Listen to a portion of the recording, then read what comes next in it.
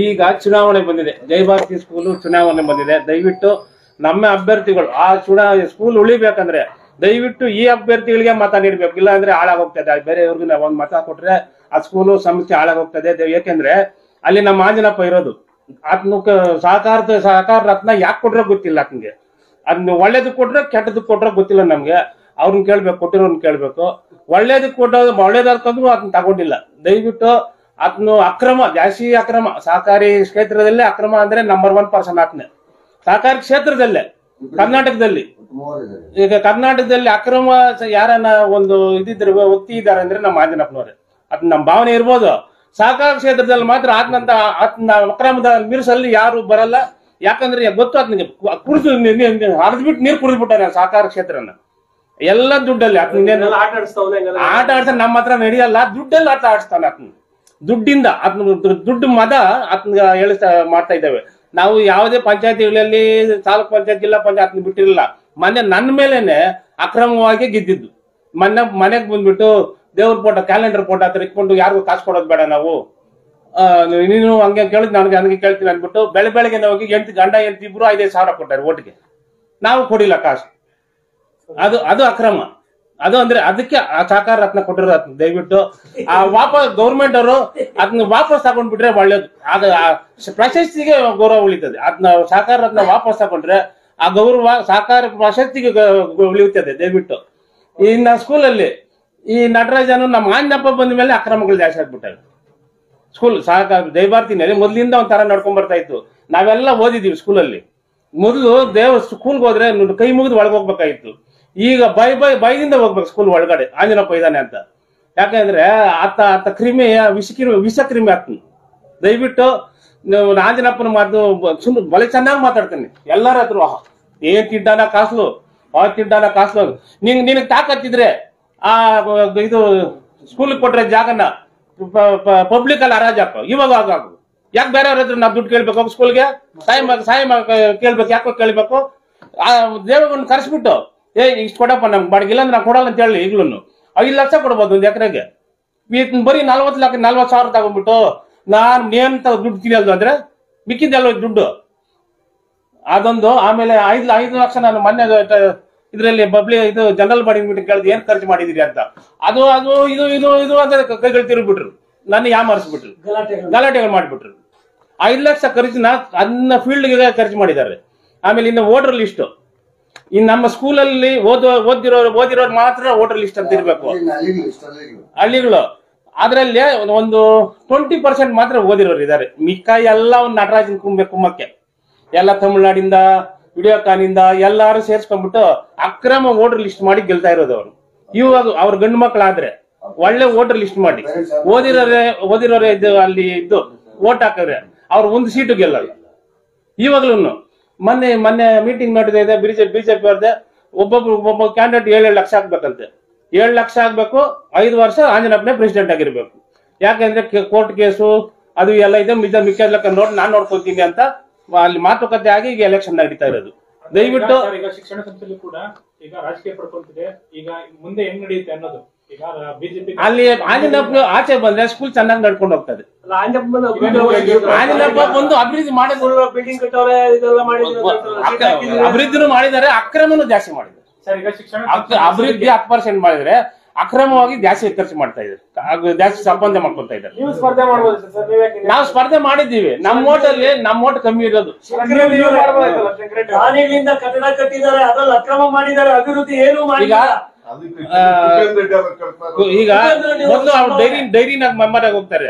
ಅದನ್ನ ನಮ್ಮ ಕಾಂಗ್ರೆಸ್ ಅವ್ರು ನಾನು ಬೈಕೋತೀನಿ. ಯಾಕೆಂದ್ರೆ ಡೈರೆಕ್ಟ್ ಆಗಿ ಕೇಳಿದೆ ಆರ್.ಕೆ. ಅಧ್ಯಕ್ಷರಾಗಿದ್ದಾಗ ಆರ್.ಕೆ. ರಮೇಶ್ ಅವರು ಬಸ್ ಸ್ಟಾಪ್ ಹತ್ರ ಒಂದು ಬಿಲ್ಡಿಂಗ್ ಇದು ಬಸ್ ಸ್ಟಾಪ್ ಕಟ್ಬೇಕು ಅಂದ್ರೆ ಅದನ್ನ ಕೊಡಿಲ್ಲ.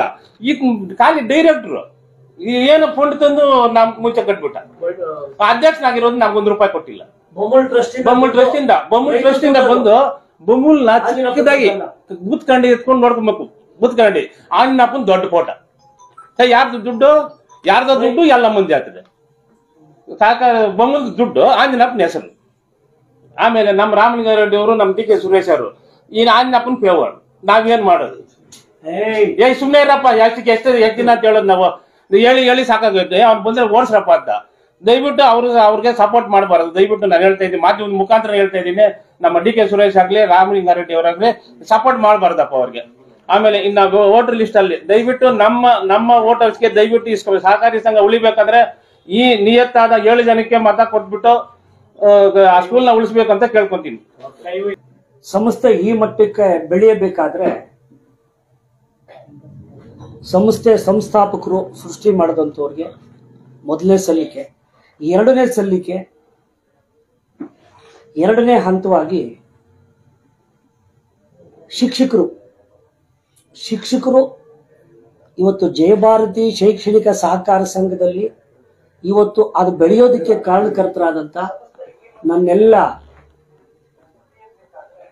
ಗುರುಗಳಿಗೆ, ಎಲ್ಲ ಶಿಕ್ಷಕರಿಗೆ ನಾನು ನಮಸ್ಕರಿಸ್ತಾ, ನಿಜವಾಗ್ಲೂ ಇದು ಪಕ್ಷಾತೀತವಾಗಿ ಜಾತ್ಯತೀತವಾಗಿ ಈ ಸಂಸ್ಥೆ ಅಗಲದರೋಡೆ ವಿಷಯ ಬಂದಾಗ ಅದೇ ಶಾಲೆ ಶಿಕ್ಷಕರು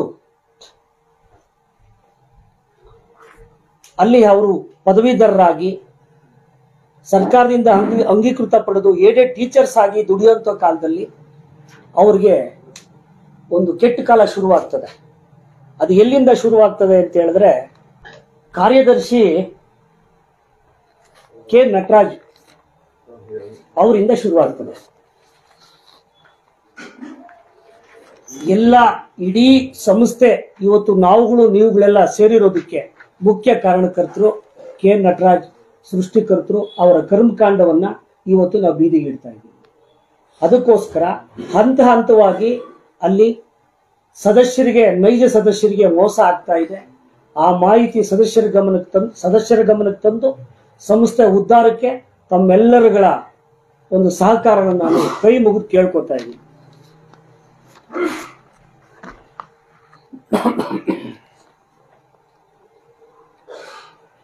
ಫಸ್ಟ್ ಸಂಸ್ಥೆಗೆ ಬಂದಂತ ಕಾರ್ಯದರ್ಶಿ ನಟರಾಜ್ ಅವರು, ನಾನು ವಿವರವಾಗಿ ತುಂಬಾ ಚಿಕ್ಕದಾಗಿ ಹೇಳಕ್ ಇಷ್ಟಪಡ್ತೀನಿ. ಬಂದಂತವರು ಏಡೆಡ್ ಇನ್ಸ್ಟಿಟ್ಯೂಷನ್ಸ್ ಟೀಚರ್ಸ್ಗಳನ್ನ ಎದುರಾಕೊಂಡು ಕಮಿಟಿಗಳಿಗೆ ಸರಿಯಾದ ಮಾಹಿತಿಗಳು, ಮಾರ್ಗದರ್ಶನಗಳು, ಸರ್ಕಾರದ ಸಹಕಾರ ಇಲಾಖೆಯ ಕಾನೂನು ತತ್ವಗಳ ಬಗ್ಗೆ ಇಲ್ಲಿವರೆಗೂ ಗೊತ್ತು ಗುರಿ ಇಲ್ಲದೆ ಸರ್ವಾಧಿಕಾರಿಯಾಗಿ ಅವರ ಆಟನ ಅವರು ಚುಕ್ಕಾಣಿ ಹಿಡಿದು ಪ್ರಾರಂಭ ಮಾಡಿದ್ದಾರೆ. ಈ ವಿಷಯವಾಗಿ ನಿನ್ನ ವೈಯಕ್ತಿಕವಾಗಿ ಏನು ಅಂತ ಮಾರತ್ನವರೇ ಇದನ್ನು ಉದ್ದೇಶಪೂರ್ವಕವಾಗಿ ಯಾಕೆ ಇಷ್ಟೆಲ್ಲ ಬೀದಿಗೆ ಇಡ್ತಾ ಇದ್ದಾರೆ, ಅವ್ರಿಗೆ ಇನ್ನೇನಾದ್ರು ಅನ್ನೋ ಒಂದು ಭಾವನೆ ನಿಮ್ಗಳಲ್ಲಿ ಬಂದ್ರೆ ನಾನು ಆಮೇಲೆ ತದನಂತರ ಕೇಳಿ ನಾನು ಸಂಕ್ಷಿಪ್ತವಾದ ಮಾಹಿತಿ ಕೊಡ್ತೀನಿ. ನನ್ನ ಅಣ್ಣ AM ಮಂಜುನಾಥ್ ಅಂತೇಳಿ ಅವರು ಕಿಡ್ನಿ ಫೇಲ್ಯೂರ್ ಆಗಿ ಆ ಸಂಸ್ಥೆಗೆ ತೊಂದರೆ ಆದಾಗ ಅವರು ಹಿರಿತನನ ಧಿಕ್ಕರಿಸಿ ಅವ್ರಿಗೆ ಯಾವುದೇ ರೀತಿ ಸವಲತ್ತುಗಳು ಕೊಡದೇ ಇದ್ದಾಗ ಅವರು ಹತ್ತು ಸುರಿದಾಗ ನಾನು 2017 ಸೆಪ್ಟೆಂಬರ್ 29ನೇ ತಾರೀಕು ಜನರಲ್ ಬಾಡಿಗೆ ಹೋಗಿ ಸತ್ಯಾಂಶಗಳನ್ನು ನೋಡಿದಾಗ ಇದು ಅಗಲದರೋಡೆ ಆಗ್ತಾ ಇದೆ ಅಂತೇಳಿ ಅಲ್ಲಿಂದ ಇಲ್ಲಿವರೆಗೂ ಹಂತವಾಗಿ ಈ ವಿಷಯಗಳನ್ನು ಈ ಮಟ್ಟಕ್ಕೆ ತರೋದಕ್ಕೆ ನಾನು ನಮ್ಮ ವೇಣುವರ ಮುಂದಾಳತ್ವದಲ್ಲಿ ನಾನು ಇಷ್ಟು ಶ್ರಮ ಪಡೋದಕ್ಕೆ ದಾರಿಯಾಗಿದೆ. ಇಲ್ಲಿ ನಾನು ಕುಳಿತು ಮಾತಾಡೋದಕ್ಕೆ ದಾರಿಯಾಗಿದೆ. ಸಂಸ್ಥೆ ಹಿತದೃಷ್ಟಿಯನ್ನು ಕಾಪಾಡೋದಕ್ಕೆ ನಮ್ಮೆಲ್ಲರೂ ಹೊಣೆ ಆಗಿದೆ. ಫಸ್ಟು ಕಾರ್ಯದರ್ಶಿ ನಟರಾಜ್ ಏನ್ ಮಾಡ್ತಾರೆ ಅಂತಂದ್ರೆ, ಇಡೀ ಸಂಸ್ಥೆ ಒಳಗಡೆ ಆಗ ಅವರು ಕಾಂಗ್ರೆಸ್ ಅಲ್ಲಿ ಇದ್ದಂತ ಮನುಷ್ಯ ಒಕ್ಕಲಿಗರ ಬೀಜ ಬಿತ್ತುತ್ತಾರೆ. ಇದು ಒಕ್ಕಲಿಗರ ಸಂಸ್ಥೆ ಅಂತ ಹೇಳಿ ಜಗಜ್ಜಾಹೀರ್ ಮಾಡ್ತಾರೆ. ಅಲ್ಲಿ ಹಂತವಾಗಿ ಅನುಭವ ಇರೋಂಥ ಟೀಚರ್ಸ್ಗೆ ನೋವು ಕೊಡ್ತಾ ಅವರವರಲ್ಲೇ ತಂದಿಡ್ತಾ ದಾಖಲಾತಿಗಳನ್ನು ಹಂತವಾಗಿ ಕಡಿಮೆ ಮಾಡ್ತಾ ರೋಟರ್ ಸಿಸ್ಟಮ್ ಅಲ್ಲಿ ಬ್ಯಾಕ್ಲಾಗ್ ಲೆಕ್ಕಾಚಾರದಲ್ಲಿ ಯಾವುದೇ ಕಾಲೇಜ್ ಆಗ್ಬೋದು, ಹೈಸ್ಕೂಲ್ ಆಗ್ಬೋದು, ಪ್ರೈಮರಿ ಸ್ಕೂಲ್ ಆಗ್ಬೋದು, ಯಾವುದೇ ಹುದ್ದೆ ನಿವೃತ್ತಿ ಆದ ನಂತರ ಸರ್ಕಾರದ ಆಡಳಿತ ಮಂಡಳಿ ಗಮನಕ್ಕೆ ತಂದು ಸರ್ಕಾರದ ಗಮನಕ್ಕೆ ತಂದು ಅನುದಾನಿತ ಶಾಲೆಗಳನ್ನ ಇಲ್ಲಿವರೆಗೂ ಉಳಿಸ್ಕೊಂಡು ಬರ್ದೇ ಇರೋ ಜವಾಬ್ದಾರಿ ಆತನೇ ಇದಕ್ಕೆ ಕಾರಣಕರ್ತ. ಅದಕ್ಕೆ ಸಂಬಂಧಪಟ್ಟ ದಾಖಲಾತಿಗಳು ಇದೆ.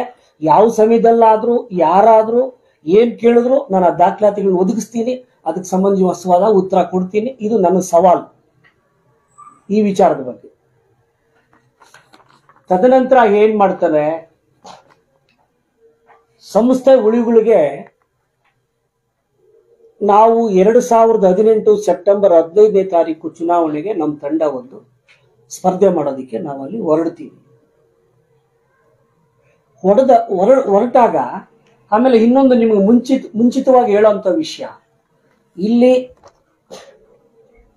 ಇಲ್ಲಿ ಏನಾಗ್ತದೆ, ಸರ್ಕಾರದಲ್ಲಿರತಕ್ಕಂಥ ಸಹಕಾರ ಇಲಾಖೆ, ಸಕ್ಷಮ ಪ್ರಾಧಿಕಾರ, ಇದು ಏರ್ ಸೊಸೈಟಿ ಲಿಮಿಟ್. ಈಗಿರ್ಬೇಕಾದ್ರೆ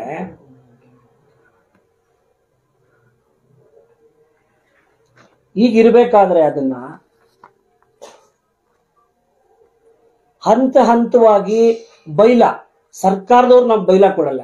ಇಲ್ಲಿ ರಾಜ್ಯ ಮಟ್ಟದಲ್ಲಿ ಯಾವ್ಯಾವ ಇನ್ಸ್ಟಿಟ್ಯೂಷನ್ಗೆ ನಮ್ಮದೇ ಒಂದು ಪ್ರಮೋಟರ್ ಸೇರಿ, ನಾವೇ ಎಲ್ಲ ಸದಸ್ಯರು ಸೇರಿ ಅದನ್ನ ಒಂದು ಬೈಲ ಮಾಡ್ಕೊಂಡು ಆ ನಿಯಮದಡಿ ಕಾಪಾಡೋದಿಕ್ಕೆ ಬೇಲಿಯಾಗಿ ಸರ್ಕಾರ ಇರುತ್ತೆ, ಇಲಾಖೆ ಇರುತ್ತೆ.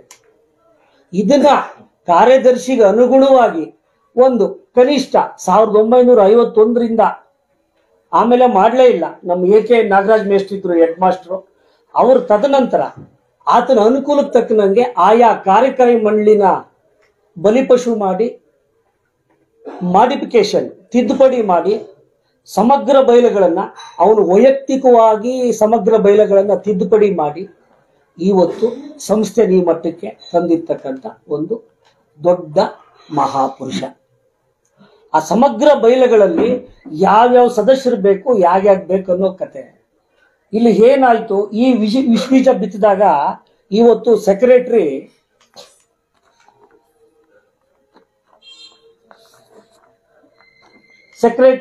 ಹಂತವಾಗಿ ಏನಾಗ್ತದೆ, ನಾನು BJP ಅಂತೇಳಿ ಸಂಸ್ಥೆ ಕೆಲಸ ಮಾಡ್ತಾ ಗುರುತಿಸ್ಕೊಂಡು ಇದೇ ಅತ್ತಿಬೆಲೆ ಪುರಸಭೆಗೆ ನಾಮಿನೇಟೆಡ್ ಸದಸ್ಯರು ಸಹ ಹಾಕ್ತಾರೆ.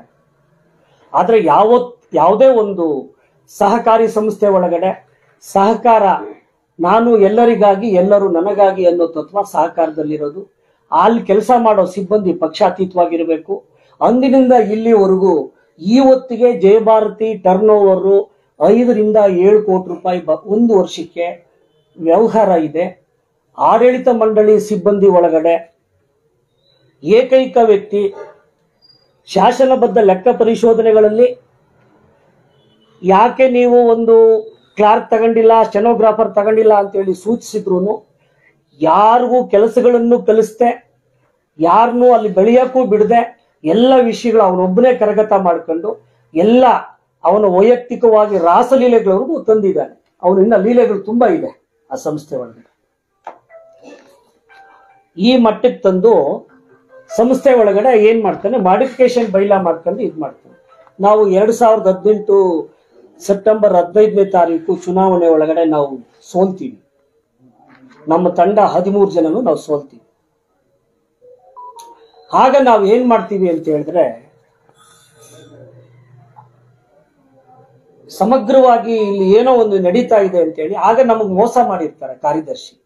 ಇವತ್ತು ಆಂಜಿನಪ್ಪ ಗೆದ್ದ ತಕ್ಷಣ ಇಲ್ಲಿವರೆಗೂ ಕಾಂಗ್ರೆಸ್ಗೆ ಜನಾದೇಶ ಇತ್ತು, BJPಗೆ ಜನಾದೇಶ ಕೊಟ್ಟಿದ್ದಾರೆ ಅಂತೇಳಿ ಅವತ್ತು ರಾತ್ರಿನೇ ಅವರು ಪ್ರೆಸ್ ಮೀಟ್ ಕೊಟ್ಟಿರೋದು. ಆ ಮಾಹಿತಿ ನನಗೆ ಗೊತ್ತು, ಅದು ಸತ್ಯ ಸಂಗತಿ, ತಮ್ಮಗಳಿಗೂ ಗೊತ್ತಿದೆ.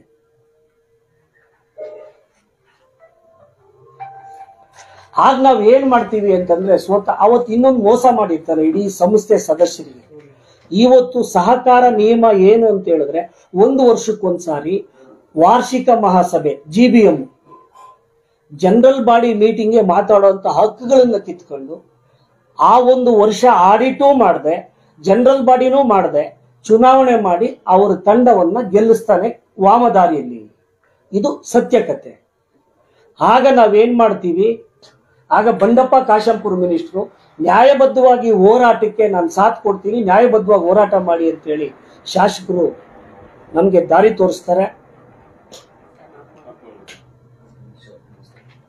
ಕಲಂ 64ರ ಅಡಿಯಲ್ಲಿ ಎನ್ಕ್ವೈರಿಗೆ ಸಂಸ್ಥೆ ಆಗ ತುತ್ತಾಗ್ತದೆ, ಸಮಗ್ರ ತನಿಖೆಗೆ ತುತ್ತಾಗ್ತದೆ.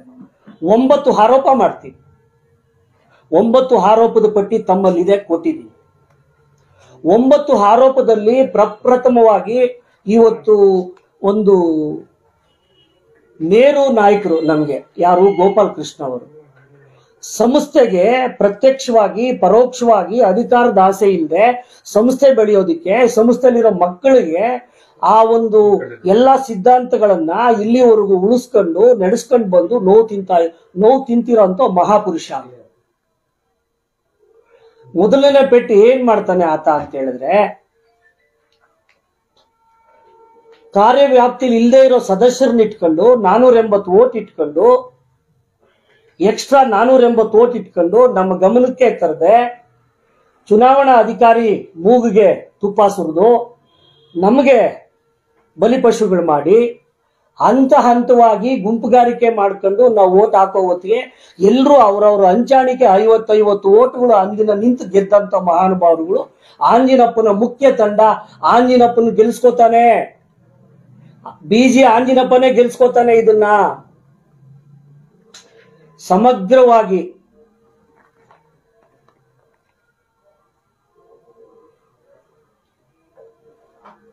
ಒಂದು 8/2019 64ಗೆ ಅಸಿಸ್ಟೆಂಟ್ ರಿಜಿಸ್ಟರ್ ಆದೇಶ ಮಾಡ್ತಾರೆ.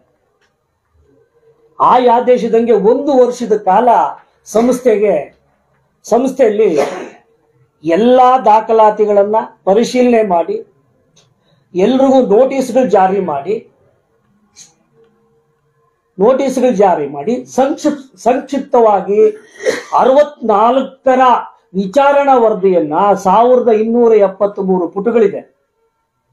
ಅದರ ಮುಖ್ಯ ಭಾಗಗಳನ್ನ ತಮಗೆ ಯಾವಾಗ ಬೇಕಾದ್ರೂ ಕೇಳ್ಬೋದು, ನಾವು ತಲುಪಿಸ್ತೀವಿ, ಸಿದ್ಧವಾಗಿದ್ದೀವಿ. ಮೊದಲನೇ ಆರೋಪ, ಸದಸ್ಯರನ್ನ ಕಾನೂನು ಬಾಹಿರವಾಗಿ ಚುನಾವಣೆ ನಡೆಸಿ ಗೆಲ್ಲಿಸ್ಕೊಂಡಿರೋದು ಹಂತವಾಗಿದೆ ಅಲ್ಲಿ. ಮತ್ತೆ ಎರಡನೇದು, ಅದು ನಾನು ಹೇಳ್ತೀನಿ 64 ಅಲ್ಲಿ ಕಟ್ಟಡ ನಿರ್ಮಾಣ ಮಾಡ್ತಾರೆ. ಕಲಂ 64ರ ಒಂದು ವರ್ಷಕ್ಕೆ ಏನ್ ಮಾಡ್ತಾರೆ, 1/8/2020 ಅವರು ವಿಚಾರಣಾಧಿಕಾರಿಗಳು ಕಲಂ 64ರ ಒಂದು ವಿಷಯನ ಸಂಸ್ಥೆಗೆ ಇಡ್ತಾರೆ.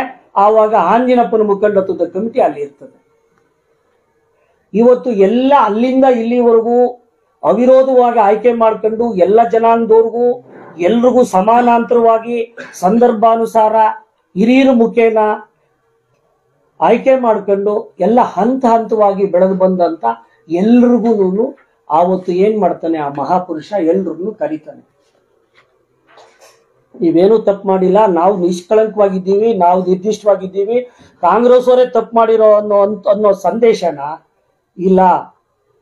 ನಮ್ಮ ಅಗ್ರಗಣ್ಯ ಹಿರಿಯ ನಾಯಕರು ಕಾಂಗ್ರೆಸ್, ಬ್ಲಾಕ್ ಚಂದ್ರಪ್ಪನವರಾಗ್ಬೋದು, ದೇವರಾಜ್ ಆಗ್ಬೋದು, ಸತ್ಯಪ್ಪನವರಾಗ್ಬೋದು, ಇಲ್ಲ ನಮ್ಮ ಅರುಣಾ ನಟರಾಜ್ ಅವರ ಆಗ್ಬೋದು, ಇಲ್ಲ ನಮ್ಮ ಫೈನಾನ್ಸ್ ಕಾಲೋನಿ ರವಿ ಅವರ ಆಗ್ಬೋದು, ಇವರುಗಳನ್ನೆಲ್ಲ ಲಿಖಿತ ಮೂಲಕವಾಗಿ 64 ಆದೇಶ ನಮ್ಮ ಸಂಸ್ಥೆಗೆ ಬಂದಿದೆ, ನೀವೆಲ್ಲ ಸಿಕ್ಕಾಕೊಂಡಿದ್ದೀರಾ ಬನ್ನಿ ಅಂತ ಸಂಸ್ಥೆಗೆ ಸಾರ್ವಜನಿಕವಾಗಿ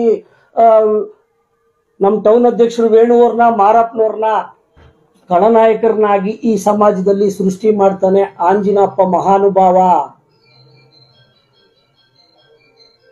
ಇದು ವಾಸ್ತವಾಂಶ, ಇದು ಸತ್ಯ. ಹಾಗೆ ಏನಾಗ್ತದೆ ಹಂತವಾಗಿ ಯಾವತ್ತು ನಾನು ಹೇಳೋ ಮಾತು ಎಲ್ಲಾ ಸತ್ಯಾಂಶನೇ, ಎಲ್ಲಕ್ಕೂ ದಾಖಲಾತಿಗಳಿದೆ, ಎಲ್ಲ ನಡೆದು ಬಂದಿರೋ ಸತ್ಯ ಕತೆ.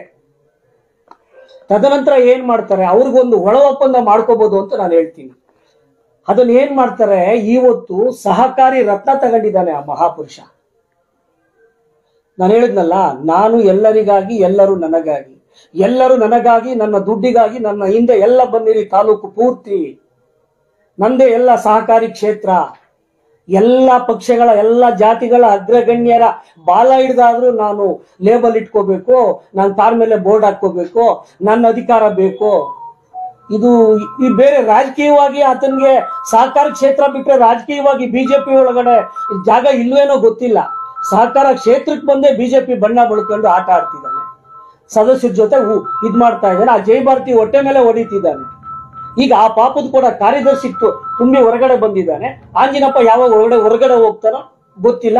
ಮುಂದಿನ ದಿನಗಳಲ್ಲಿ ನಿಮ್ಮ ಮುಂದೆನೆ ಮಾತಾಡೋ ಅವಕಾಶ ನನಗೆ ಸಿಗುತ್ತೆ.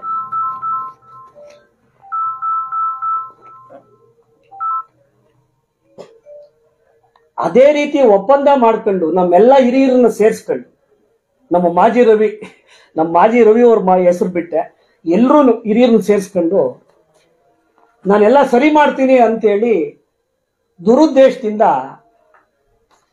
ಕಾಂಗ್ರೆಸ್ ಬಿಜೆಪಿ ಅನ್ನೋ ಒಂದು ಲೇಪ ಸಾರ್ವಜನಿಕವಾಗಿ ಮೀಡಿಯಾಗಳಲ್ಲಿ ವೈಯಕ್ತಿಕವಾಗಿ ಇಟ್ಕೊಂಡು ಅವ್ರ ಹತ್ರ ನಾಟಕ ಆಡ್ತಾ ನಕಲಿ ಆಟ ಆಡೋದಿಕ್ಕೆ ಶುರು ಮಾಡ್ತಾನೆ ಜೈ ಭಾರತಿ. ಆಗ ಹೊಸದಾಗಿ ಬಂದಂತ ಮಹಾನುಭಾವ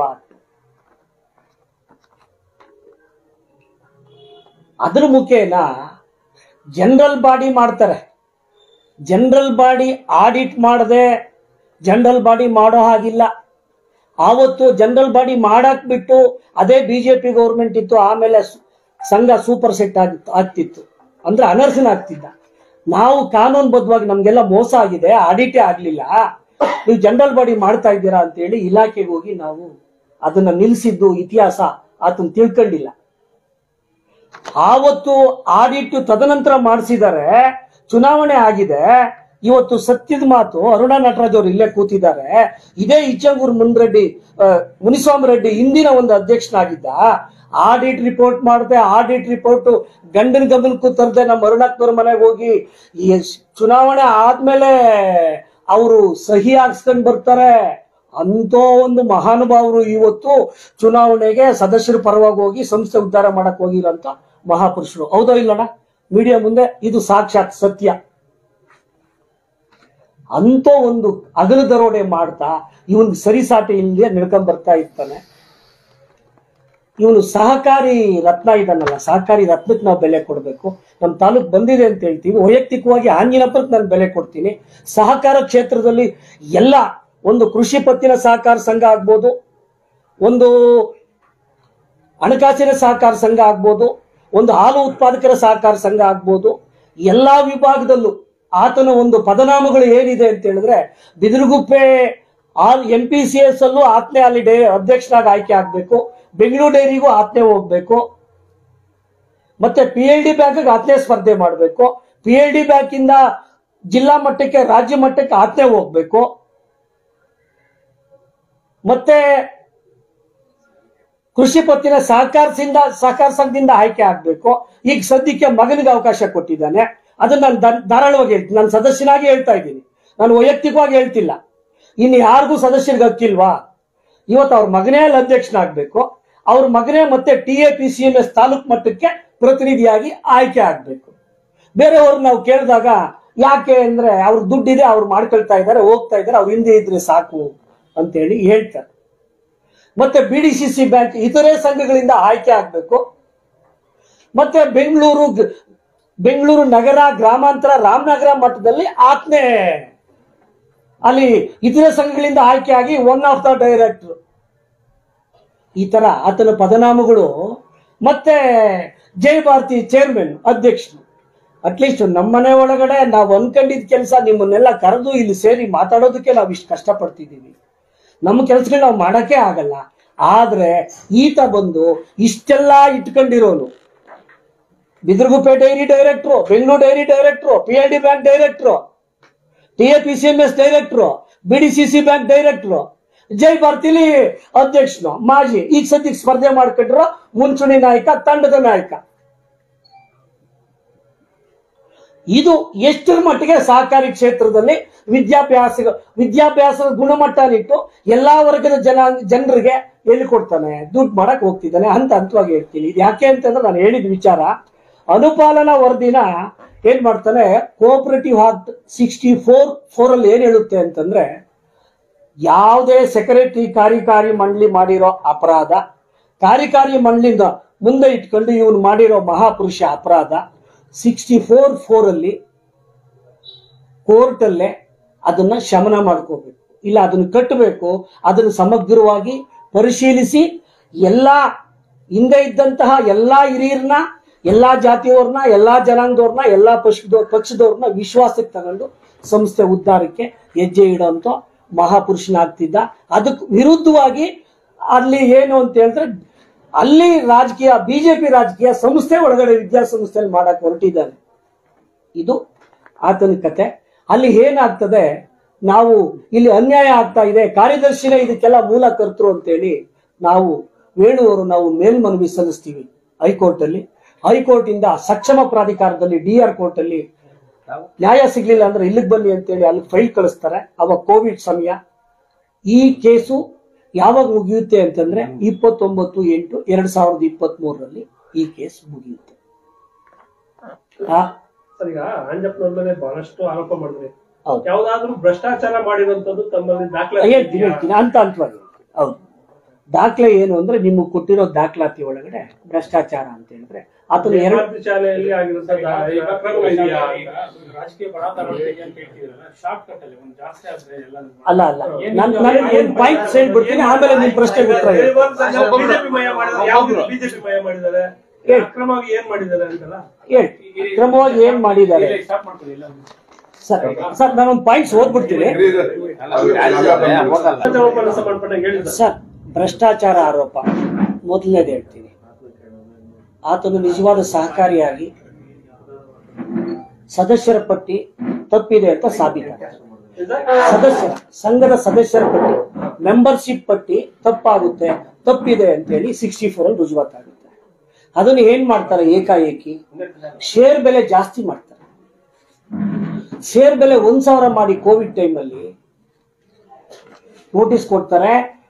ಅವರು ನೋಟಿಸ್ ಕೊಟ್ಟು ಶೇರ್ನ ಇನ್ನೊಂದು ಮಹಾ ಕೆಲಸ ಮಾಡ್ತಾರೆ. ಹೌದು, ಆತನ ಏನ್ ಮಾಡ್ದ ಅಂತ ಕಾನೂನು ನಮ್ಮೆಲ್ಲರ ಸಹಕಾರದಡಿ ಸಂಸ್ಥೆ ನಡೀಬೇಕು. ಒಂದು, ಜಯಭಾರತಿ ಇತಿಹಾಸದಲ್ಲಿ SC STಗಳಿಗೆ ರಾಜ್ಯ ಮಟ್ಟದ ನಾಯಕರುಗಳಿದ್ದಾರೆ. ಅತ್ತಿಬೆಲೆಯಲ್ಲಿ ಸಮಾನವಾದ ಮೆಂಬರ್ಶಿಪ್ ವಸೂಲಿ ಮಾಡೋದಕ್ಕೆ ಹಣ ರೆಡಿ ಮಾಡಿ ಕಾರ್ಯದರ್ಶಿಯಿಂದ ಮಾಡಿಸ್ತಾನೆ. ಆದರೆ ಯಾವ ಜನರಲ್ ಬಾಡಿನೂ ಇದು ಪ್ರಚಾರ ಆಗಲಿಲ್ಲ, ಬೈಲಾದಲ್ಲೂ ಅದು ಸದ್ಯಕ್ಕಿಲ್ಲ. ಇವತ್ತು ಏನಾದರೂ ಕೋಆಪರೇಟಿವ್ ಹಾಕ್ಟಲ್ಲಿದ್ರೆ ಅದನ್ನ ಸ್ಥಳೀಯವಾದ ನಾಯಕರಿಗೆ ಬೈಲಾಗ್ ಸಂಬಂಧಪಟ್ಟಂಗೆ ಮಾಡಬೇಕಾಗಿತ್ತು. ಅದು ಮಹಾಪೆಟ್ಟು. ಮಧ್ಯಮ ವರ್ಗದವರು, ಕೂಲಿ ಕಾರ್ಮಿಕರು, ST SCಗಳು ಮೆಂಬರ್ಶಿಪ್ ಯಾಕೆ ಮಾಡ್ಕೊಳ್ಳೋದು? ನನಗೂ 1,000 ರೂಪಾಯಿ, ಅವ್ರಿಗೂ 1,000 ರೂಪಾಯಿ. ಅಲ್ಲಿ ಶಾಲಾ ಮಕ್ಕಳಿಗೆ ಅವ್ರಿಗೂ ಜನರಲ್ ಕ್ಯಾಸ್ಟ್ಗೂ ಒಂದೇ ದುಡ್ಡು, SCಗಳಿಗೂ ಒಂದೇ ದುಡ್ಡು. ಆದ್ರೆ ಅವ್ರು ಬದುಕಕ್ಕಾಗುತ್ತಾ? ಈ ಸಮಾಜದಲ್ಲಿ ಬಾಳಕ್ಕಾಗುತ್ತಾ? ನನಗೊಂದು ದುಃಖ.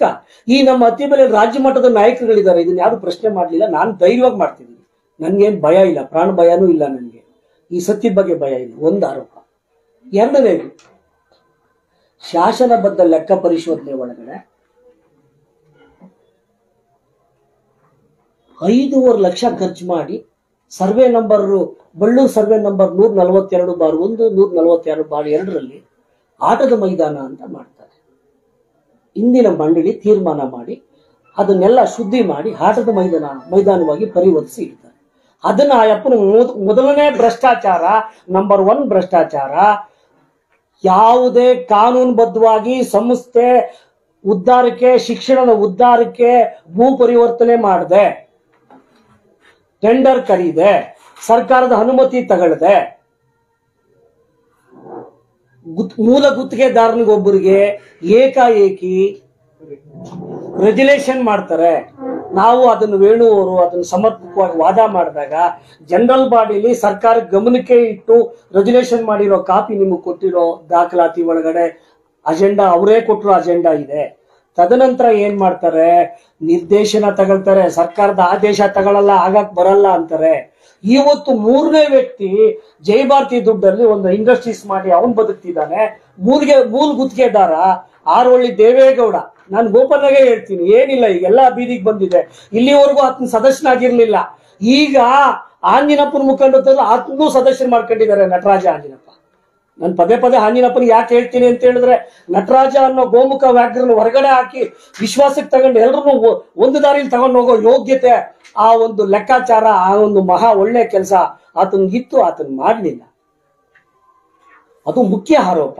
ಮತ್ತೆ ಒಂದು ಕೃಷಿ ಪತ್ತಿನ ಸಹಕಾರ ಸಂಘದಿಂದ 5 ಲಕ್ಷ, ಒಂದ್ಸಾರಿ 50,000.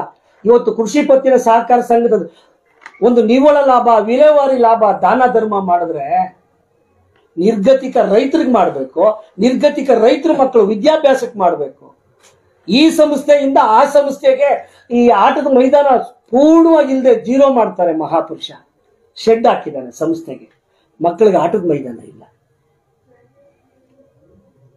ಇದು ತಪ್ಪ ಸರಿನೋ ನೀವೇ ಚಿಂತೆ ಮಾಡಿ. ಅದಕ್ಕೆ ಸಂಬಂಧಪಟ್ಟಿದ್ದ ದಾಖಲಾತಿಗಳಿದೆ. ಭ್ರಷ್ಟಾಚಾರ ಅಂತ ಹೇಳಿದ್ರೆ ಇನ್ನೊಂದು, ಇವತ್ತು ಯಾಕೆ ಅಂದ್ರೆ ನಾವು ಸಮಾಜದಲ್ಲಿ ಓಡಾಡ್ತಾ ಇರ್ತೀವಿ, ನಿಮ್ದೇ ಸರ್ಕಾರ ಇದೆ, ನೀವೇ ಇದ್ದೀರಾ, ಯಾಕಿಲ್ಲ ಅಂತ. ಅಲ್ಲಿ ಸದಸ್ಯತ್ವನ ಏನ್ ಮಾಡ್ತಾರೆ, ಸದಸ್ಯತ್ವ ತಪ್ಪುದಾರಿಗೆ ತರ್ತಾರೆ. ಇನ್ನು ಮುಂದಕ್ಕೆ ಯಾರು ಸ್ಕೂಲಲ್ಲಿ ಓದಿರ್ತಾರೋ ಅವ್ರಿಗೆ ಸದಸ್ಯತ್ವ, ಅವ್ರ ಅಪ್ಪ ಅಮ್ಮನಿಗೆ ಸದಸ್ಯತ್ವ ಅಂತ ತರ್ತಾರೆ. ನಮ್ಮ ಜನ ಏನ್ ಅಂದ್ಕೋತಾರೆ, ಇಷ್ಟಕ್ಕೆ ನಾವೆಲ್ಲ ಇಲ್ಲೇನು ಅಂತ ಕೆಲವರು ಹೋಗಿ ಸದಸ್ಯತ್ವನೇ ಕಟ್ಟಲ್ಲ ನಮ್ಮವರು. ಎಲ್ಲಿವರೆಗೂ ಅವರಿದ್ದಾರೆ ಅವ್ರನ್ನ ಉಳಿಸ್ಕೊಂಡು ಅಲ್ಲಿಂದ ಈಚೆಗೆ ಅಮೆಂಡ್ಮೆಂಟ್ ಮಾಡ್ತಾನೆ ಮಹಾಪುರುಷ ನಟರಾಜ. ಅಂತೋ ಸೃಷ್ಟಿಕರ್ತ ಅವನು. ಅದಕ್ಕಿಂತ ತಪ್ಪು ಇನ್ನೇನ್ ಬೇಕು ಸ್ವಾಮಿ ಮಧ್ಯದವ್ರೆ.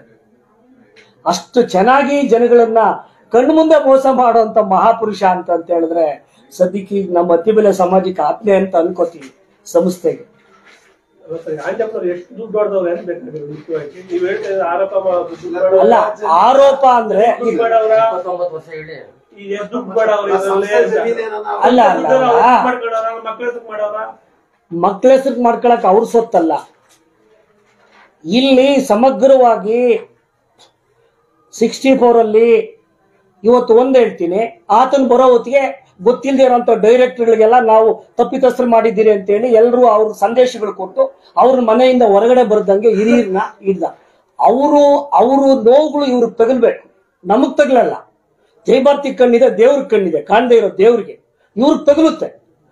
ನಮ್ಮನ್ನು ವಿಭಾಗ ಮಾಡಿ 29 ವರ್ಷ ಗುತ್ತಿಗೆಗೆ ಯಾರಾದ್ರೂ ಸಂಸ್ಥೆಗೆ ಕೊಡ್ತಾರಾ? ಇದು ಬ್ಲಾಕ್ ಅಂಡ್ ವೈಟ್. ಇವತ್ತು ನಾನು ಆ ಪೇಪರ್ ಅಲ್ಲಿ ಕೊಟ್ಟಿದ್ದೀನಿ.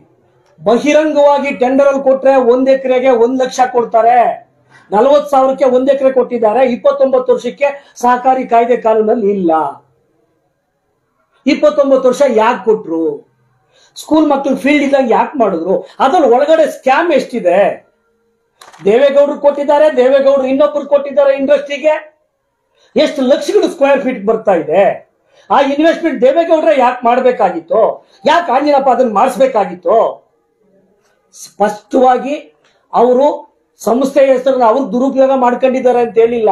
ಸಂಸ್ಥೆ ಒಳಗಡೆ ಗದ್ದಿಗೆ ಮಾಡ್ಕೊಂಡು ಮೆಂಬರ್ಶಿಪ್ ರಿಸರ್ವ್ ಮಾಡ್ಕೊಂಡು ಎಲ್ಲ ಸಮಾಜಕ್ಕೆ ತಪ್ಪು ಮಾಹಿತಿಗಳು ಕೊಡ್ತಾ ನಮ್ಮನ್ನ ಕೆಟ್ಟ ಜನಗಳು ಅಂತ ಮಾಡಿ ಬಿಂಬಿಸ್ಕೊಂಡು ಹೋಗ್ತಾ ಇರೋದಕ್ಕೆ ಆತನು ಲೋಕಾಯುಕ್ತದಲ್ಲಿ ಕೇಸ್ ಇದೆ, ಅದನ್ನ ಮೆನ್ಷನ್ ಮಾಡ್ಲಿಲ್ಲ. ನಾನು ನಿಮ್ಗೆ ಕೊಟ್ಟಿರೋ ದಾಖಲಾತಿ ಒಳಗಡೆ ಇವತ್ತು ಏನಾಗ್ತದೆ, ಆತನು ಆಗಸ್ಟ್ 10ನೇ ತಾರೀಕು 5 ವರ್ಷಗಳ ಕಾಲ ಅನರ್ಹ ಆಗ್ತಾನೆ. 5 ವರ್ಷಗಳ ಕಾಲ ಅನರ್ಹ ಆಗ್ತಾನೆ. ಅನರ್ಹ ಆದ್ಮೇಲೆ ಸೆಪ್ಟೆಂಬರ್ 15ನೇ ತಾರೀಕಿಗೆ ಅವ್ರ ಅವಧಿ ಮುಗೀತದೆ, 5 ವರ್ಷದ ಅವಧಿ. ಅದ್ರ ಒಳಗಡೆ ಡಿಪಾರ್ಟ್ಮೆಂಟ್ ಮೇಲ್ಮನವಿಗೆ ಹೋಗ್ತಾರೆ, DRO ನ್ಯಾಯಾಲಯದಲ್ಲಿ, ಉಪ ನಿಬಂಧಕರ ನ್ಯಾಯಾಲಯದಲ್ಲಿ. ಅವರು ನಿಮ್ಗೆ ಮಧ್ಯಂತರ ಆದೇಶ ಮಾಡೋದಕ್ಕೆ ನೀವು ಅರ್ಹರಲ್ಲ, ಸಂಸ್ಥೆಗೆ ನೀವು ಮೋಸ ಮಾಡಿದ್ದೀರಾ ಅಂತೇಳಿ ಅವ್ರು ವಜಾ ಮಾಡ್ತಾರೆ. ಹೈಕೋರ್ಟ್ ಅಲ್ಲಿ ಹೋಗಿ ದಿನಾಂಕ 28ನೇ ತಾರೀಕು, ಆಗಸ್ಟ್ 28ನೇ ತಾರೀಕು ಆದೇಶ ಆಗ್ತದೆ. 29ನೇ ತಾರೀಕು ಮತ್ತೆ ನಾನು ಕಾರ್ಯಕಾರಿ ಮಂಡಳಿ ಜೀವಂತವಾಗಿ ಇದ್ದೀನಿ ಅಂತ ತೋರ್ಸ್ಕೊತಾನೆ. ಕೋರ್ಟ್ ಕಾಪಿ, ಸ್ಟೇ ಕಾಪಿ ನಿಮ್ಮ ಹತ್ರ ಇಟ್ಟಿದ್ದೀನಿ. ಅದು ಒಂದು ಸುಮೋಟೋ ಕೇಸ್ ಆಗಿರೋದ್ರಿಂದ ಸರ್ಕಾರನೇ ಅದನ್ನ ಪ್ಯಾರಾವೈಸ್ ರಿಮಾರ್ಕ್ಸ್ ಕೊಟ್ಟು ಅವ್ರ ಕೇಸ್ ಮುಂದುವರಿಸಬೇಕು. ನಾವು ಇಂಪ್ಲೀಡ್ ಆಗ್ತೀವಿ. ಏಕಕಾಲದಲ್ಲಿ ಸದಸ್ಯರಿಗೆ ಇದಕ್ಕಿಂತ ಮೋಸ ಬೇಕಾ? ಆಂಜಿನಪ್ಪನ ಮಯ ಬಿಜೆಪಿ ಮಯ ಮಾಡ್ತಾರೆ ಅಂತ ನಾನು ಹೇಳ್ತಾ ಇದ್ದೀನಿ. ಖಂಡಿತವಾಗಿ ಬಿಜೆಪಿ ಮಯ ಅಂದ್ರೆ ಬಿಜೆಪಿ ಮಯ ಮಾಡಿ ಬಾವುಟ ಹಾಸಕ್ ಆಗಲ್ಲ. ಅಲ್ಲಿ ಬಿಜೆಪಿ ಬಣ್ಣ ಹಚ್ಕೊಂಡು ನಾವೆಲ್ಲ ಬಿಜೆಪಿ ಅವರು ನಮ್ದೇ ಅಂತ ಮಾಡ್ತಿದ್ದಾರೆ. ಅದನ್ನ ನಾನು ಹೇಳ್ತಿದ್ದೀನಿ. ಕೋರ್ಟಲ್ಲಿ ಅವ್ರ ಪರ ಹೇಳ್ತೀನಿ. ಇವತ್ತು ಹೈಕೋರ್ಟ್ ಕೇಸ್ ಕಾಪಿ ತಗೊಂಡಿದ್ದೀನಿ. ಸ್ಟೇ ತಂದು 29ನೇ ತಾರೀಕು ಮತ್ತೆ ಅಧಿಕಾರಕ್ಕೆ ಬರ್ತಾನೆ. 15 ದಿವಸಕ್ಕೆ ಮುಂಚಿತವಾಗಿ ಚುನಾವಣೆ ಮಾಡಬೇಕಾಗ್ತದೆ. 30ನೇ ತಾರೀಕು ಮತದಾರರ ಪಟ್ಟಿ ಪರಿಷ್ಕರಣೆ ಮಾಡ್ತಾರೆ ಸೆಕ್ರೆಟರಿ ಅಧಿಕಾರಿಗಳ ಸಮೂಹದಲ್ಲಿ. ಅದಕ್ಕೆ ಮೊದಲು ಅವ್ರಿಗೆ ಬೇಕಾಗಿದ್ದ ROನ ಹಾಕೊಳ್ತಾರೆ, ರಿಟರ್ನಿಂಗ್ ಆಫೀಸರ್ನ. ಅದ್ ಮೊದಲೇ 6 ತಿಂಗಳ ಮೊದಲು ಅಪಾಯಿಂಟ್ಮೆಂಟ್ ಮಾಡಿರ್ತಾರೆ ಜಿಲ್ಲಾ ಚುನಾವಣಾಧಿಕಾರಿಗಳು. ಅವ್ರಿಗೆ ಹಕ್ಕಿರುತ್ತೆ. 31ನೇ ತಾರೀಕು ಕ್ಯಾಲೆಂಡರ್ ಚುನಾವಣಾ ಪ್ರಕ್ರಿಯೆ ಪ್ರಾರಂಭ ಮಾಡ್ಬಿಡ್ತಾರೆ. ಇದು ನಮಗ್ ಗೊತ್ತಿಲ್ಲ, ಇದು ಸೂಪರ್ ಸೆಟ್ ಆಗಿದೆ, ಕಾನೂನುಬದ್ಧವಾಗಿದೆ ಅಂತ ನಾವು ತಿಳ್ಕೊಂಡಿರ್ತೀವಿ. ಇಲ್ಲಿ ಏನಾಗ್ತದೆ, RO ಮತ್ತೆ ಚುನಾವಣಾಧಿಕಾರಿ ರಿಟರ್ನಿಂಗ್ ಆಫೀಸರ್ ಶಶಿ ಅನ್ನೋ ಮಹಾತಾಯಿ ಆಂಜಿನಪ್ಪನವರು ಸದಸ್ಯರು ಗಮನಕ್ಕೆ ತರದೆ ನಮ್ಗೆ ವಿತರಣೆ ಮಾಡೋದಕ್ಕೆ ನೋಟಿಸ್ ವಿತರಣೆ ಮಾಡಿ ಚುನಾವಣೆ ಪ್ರಕ್ರಿಯೆಗೆ ನಾವು ಸಿದ್ಧ ಆಗೋದಿಕ್ಕೆ ಒಂದು ರೀತಿಲಿ 30ನೇ ತಾರೀಕು ಅವ್ರು ಬೇಕಾದವ್ರು ಮತದಾರನ ಇಟ್ಕೊಂಡು ಮತದಾರರ ಪಟ್ಟಿ ತಯಾರು ಮಾಡ್ತಾರೆ. ಇವತ್ತು ನಮ್ಮ ಗೋಪಾಲ್ ಕೃಷ್ಣ ಅವ್ರಿಗೂ ಅದು ಗೊತ್ತಾಗ್ಲಿಲ್ಲ.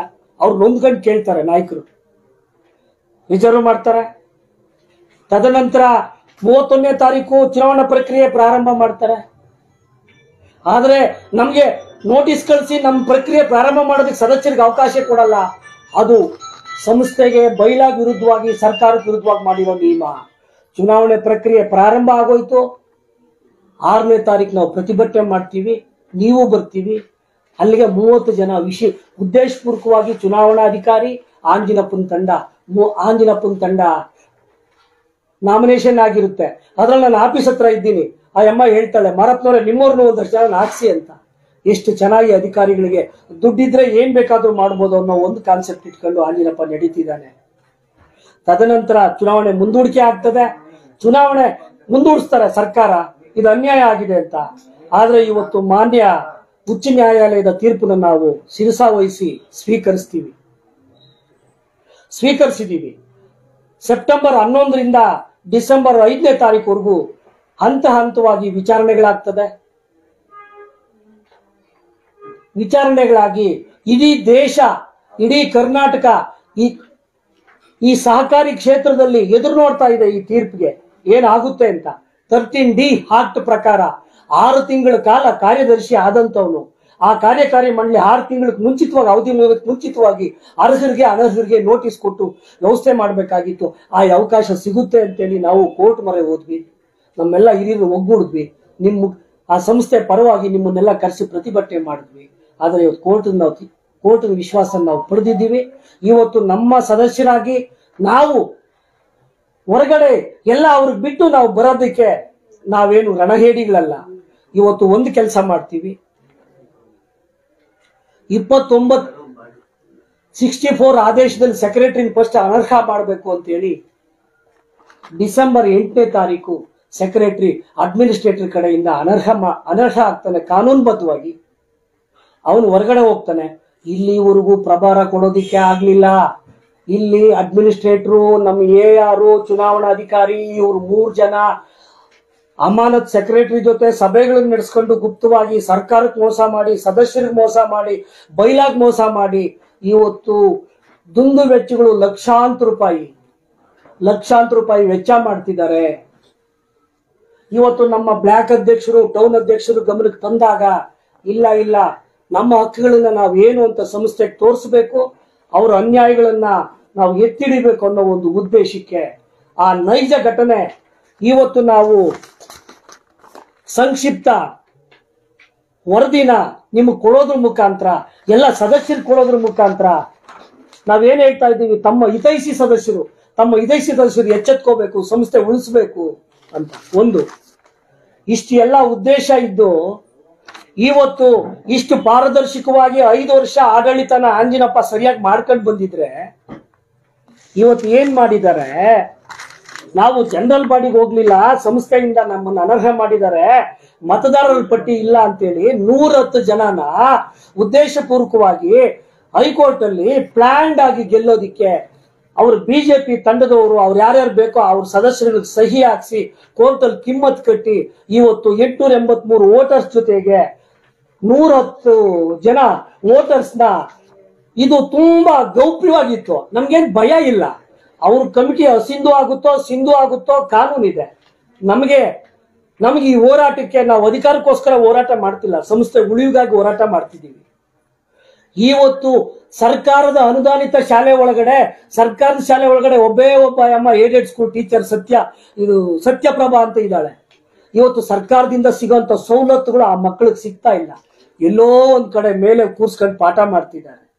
ಇವತ್ತು ಇವರು ದುಡ್ಡು ಮಾಡೋದಿಕ್ಕೆ ಇವ್ರದೇ ಸಿಬ್ಬಂದಿ ಕೈಗೊಬ್ಬ ಕಾಲ್ಗೊಬ್ರು ಇಟ್ಕೊಂಡು ಹೆಣ್ಮಕ್ಳನ್ನೆಲ್ಲ ಇಟ್ಕೊಂಡು ಇವತ್ತು ಕೋಟ್ಯಾಂತರ ರೂಪಾಯಿ, ಅದು ತನಿಖೆಯಲ್ಲಿದೆ, 64 ತನಿಖೆಯಲ್ಲಿ ಕತೆ ಜಾಸ್ತಿ ಇದೆ. ಇವತ್ತು ಅನುದಾನಿತ ಸಂಸ್ಥೆಯನ್ನು ಹಾಳು ಮಾಡಿ ಇವತ್ತು ಏನು ಅಂತಂದ್ರೆ ಕೋಟ್ಯಾಂತರ ರೂಪಾಯಿ ಒಂದು ಇವತ್ತಿಗೂ ಆನ್ಲೈನ್ ಮಾಡ್ಲಿಲ್ಲ, ಒಂದು ಸಾಫ್ಟ್ವೇರ್ ಫಿಕ್ಸ್ ಮಾಡ್ಲಿಲ್ಲ. ಸೆಕ್ರೆಟರಿ ಬುದ್ಧಿ ಇಲ್ಲ ಅಂದ್ರೆ ಆಂಜಿನಪ್ಪವ್ರಿಗೆ ಬುದ್ಧಿ ಇರಲ್ವಾ? ನಾವು ಆಂಜನಪ್ಪರ ಮೇಲೆ ಆರೋಪ ಮಾಡಬೇಕು, ಸೆಕ್ರೆಟರಿ ಮೇಲೆ ಆರೋಪ ಮಾಡಬೇಕು? ಉಳಿದಂತ ಎಲ್ಲ ಹಿರಿಯರಿಗೆ ಕೆಟ್ಟ ಅಭಿಪ್ರಾಯ ಮೂಡಿಸಿ ಇಡೀ ಸಮಾಜನ ಕುಲುಷಿತ ಮಾಡಿ ಹೊರಗಡೆ ಕೂರಿಸ್ಬಿಟ್ಟು ಇವತ್ತು ಊರೂರು ಬಿಜೆಪಿ ತಂಡ 100-200 ಜನ ಓಟ್ ಕೇಳ್ತಾ ಇದ್ದೀರಿ, ಅವ್ರದೇ ಸರ್ಕಾರ, ಕಾಂಗ್ರೆಸ್ ತಾಕತ್ತಿಲ್ಲ ಅಂತ ನಗದು ಬಿಟ್ರೆ ಅದು ಗಂಡಸ್ತನ ಅಲ್ಲ ಸರ್. ನಮ್ದು ನಿಜವಾದ ಗಂಡಸ್ತನ. ಸೆಕ್ರೆಟರಿ ಹೊರಗಡೆ ಹಾಕಿದ್ವಿ ಕಾನೂನುಬದ್ಧವಾಗಿ. ನಮ್ಮ ಸರ್ಕಾರ ಕೆಲಸ ಮಾಡ್ತಾ ಇದೆ ನೋಡಿ. ನಮ್ಮ ಟೌನ್ ಅಧ್ಯಕ್ಷರು ಪಾರದರ್ಶಕವಾಗಿದ್ದಾರೆ, ನಮ್ಮ ಬ್ಲಾಕ್ ಅಧ್ಯಕ್ಷರು ಪಾರದರ್ಶಕವಾಗಿದ್ದಾರೆ, ನಮ್ಮ MLA ಈ ವಿಷಯದಲ್ಲಿ ಪಾರದರ್ಶಕವಾಗಿದ್ದಾರೆ, ನಮ್ಮ MP ಈ ವಿಷಯದಲ್ಲಿ ಪಾರದರ್ಶಕವಾಗಿದ್ದಾರೆ. ನಮ್ಮ ಉಸ್ತುವಾರಿ ಮಂತ್ರಿಗಳಿಗೆ ಒಂದು ಸಂದೇಶ ಕೊಡ್ತೀವಿ ಈ ಮುಖಾಂತರ, ಸಮಗ್ರವಾಗಿ ತನಿಖೆ ಮಾಡಿ ಸರ್ಕಾರಕ್ಕೆ ಇದನ್ನು ಕೊಟ್ಬಿಡಿ. ಈ ಸ್ಥಳೀಯವಾಗಿ ರಾಜಕಾರಣಗಳು ಯಾಕೆ ಜಾತಿಯ ಗಲಭೆ, ಬಂಡವಾಳ ಶಾಹಿಗಳಿಗೆ ಯಾಕೆ ನಮ್ಮನ್ನೆಲ್ಲ ಗುಲಾಮರು ಮಾಡ್ತೀವಿ ಅಂತ ಹೇಳೋಕೆ ಒಂದು ಸಂದೇಶಕ್ಕೆ ಇವೆಲ್ಲ ಮಾಡ್ತಾ ಇದ್ದೀವಿ. ಇವತ್ತು ಈ ಮುಖೇನ ಇದು ಸತ್ಯ ಕತೆ. ನಮ್ಮ ಕೋಆಪರೇಟಿವ್ ಮಿನಿಸ್ಟರ್ ರಾಜಣ್ಣ ಅವರು ಹೇಳ್ತಾರೆ, ತಾಲೂಕಲ್ಲಿ ಇಂಥ ಕೆಟ್ಟ ಹುಳುಗಳನ್ನ ಒಬ್ಬೊಬ್ಬರನ್ನ ಸುದ್ದಿ ಮಾಡ್ತಾರೆ, ಇಡೀ ಸ್ಟೇಟ್ ಅಲ್ಲಿ ಇವತ್ತು ಸಹಕಾರಿ ಕ್ಷೇತ್ರದಲ್ಲಿ ಬಡಬಗ್ಗರಿಗೆ ಮಾನ್ಯತೆ ಕೊಡ್ಬೋದು, ಬದುಕಕ್ಕೆ ದಾರಿ ಮಾಡ್ಬೋದು ಅನ್ನೋ ಸಂದೇಶ ನಮ್ಮ ಸಹಕಾರಿ ಮಂತ್ರಿಗಳಲ್ಲಿದೆ. ಅದನ್ನು ನಾವು ಕೇಳ್ಪಟ್ಟಿದ್ದೀವಿ. ಸಾಧ್ಯ ಇಲ್ಲ ಅಂತಲ್ಲ, ಇವತ್ತು ನೀವ್ ಹೇಳೋದು ಹೇಗೆ ಅಂತ ಹೇಳಿದ್ರೆ, ಈಗ ನೀವ್ ಯಾಕೆ ಹೇಳ್ತಾ ಇದ್ದೀರಿ ಅಂತ ಹೇಳಿದ್ರೆ, ಈ ಮೆಂಬರ್ಶಿಪ್ನೆಲ್ಲ ಅವ್ರ ಅಧಿಕಾರ ಅವಧಿ ಒಳಗಡೆ ಮೆಂಬರ್ಶಿಪ್ ಅವ್ರು ಬೇಕಾದವ್ರನ್ನ ಮಾಡ್ಕೊಂಡಿದ್ದಾರೆ. ಇನ್ಯಾರು ಅವ್ರ ಹತ್ರಕ್ಕೆ ಹೋಗ್ಲಿಲ್ಲ. ನಾವು ಎನ್ಕ್ವೈರಿಗಳಲ್ಲಿದ್ದೀವಿ, ನಮ್ಮ ಸರ್ಕಾರದ ನಿರಂತರವಾದ ಒಂದು ಹೋರಾಟದಲ್ಲಿ ನಿರಂತರವಾಗಿದ್ದೀವಿ. ನಮ್ಮ ಎಲ್ಲಾ ಹಿರಿಯರನ್ನ ಮನೆಗಳಲ್ಲಿ ಕೂರಿಸ್ಬಿಟ್ಟು ಮೂಲೆ ಗುಂಪು ಮಾಡಿ ಅವರು ಪರಿತಪಿಸ್ತಾ ಇದ್ದಾರೆ. ನೀವು ಮೆಂಬರ್ಶಿಪ್ ನೋಡಿದೀರಾ, ನಮ್ಮನ್ನೆಲ್ಲ ತಪ್ಪಿತಸ್ಥರನ್ನ ಮಾಡಿದ್ದೀರಾ. 61 ಲಕ್ಷ ಅದೆಲ್ಲ ಇದೆ, ಓದಿ, ನಾನು ಹೇಳಲ್ಲ, ನಿಮ್ಗೆ ಆ ಮಾಹಿತಿ ಇದೆ. ಇದೆಲ್ಲ ಮಾಡಿ ಇವತ್ತು ಮತ್ತೆ 110 ಜನ ಕೋರ್ಟ್ ಇಂದ ನಾವು ಏನು ಕಂಟೆಂಟ್ ಏನು ನಾವು ಅನರ್ಹನ್ ಮಾಡಿದ್ದಾರೆ ನಮ್ಮನ್ನ.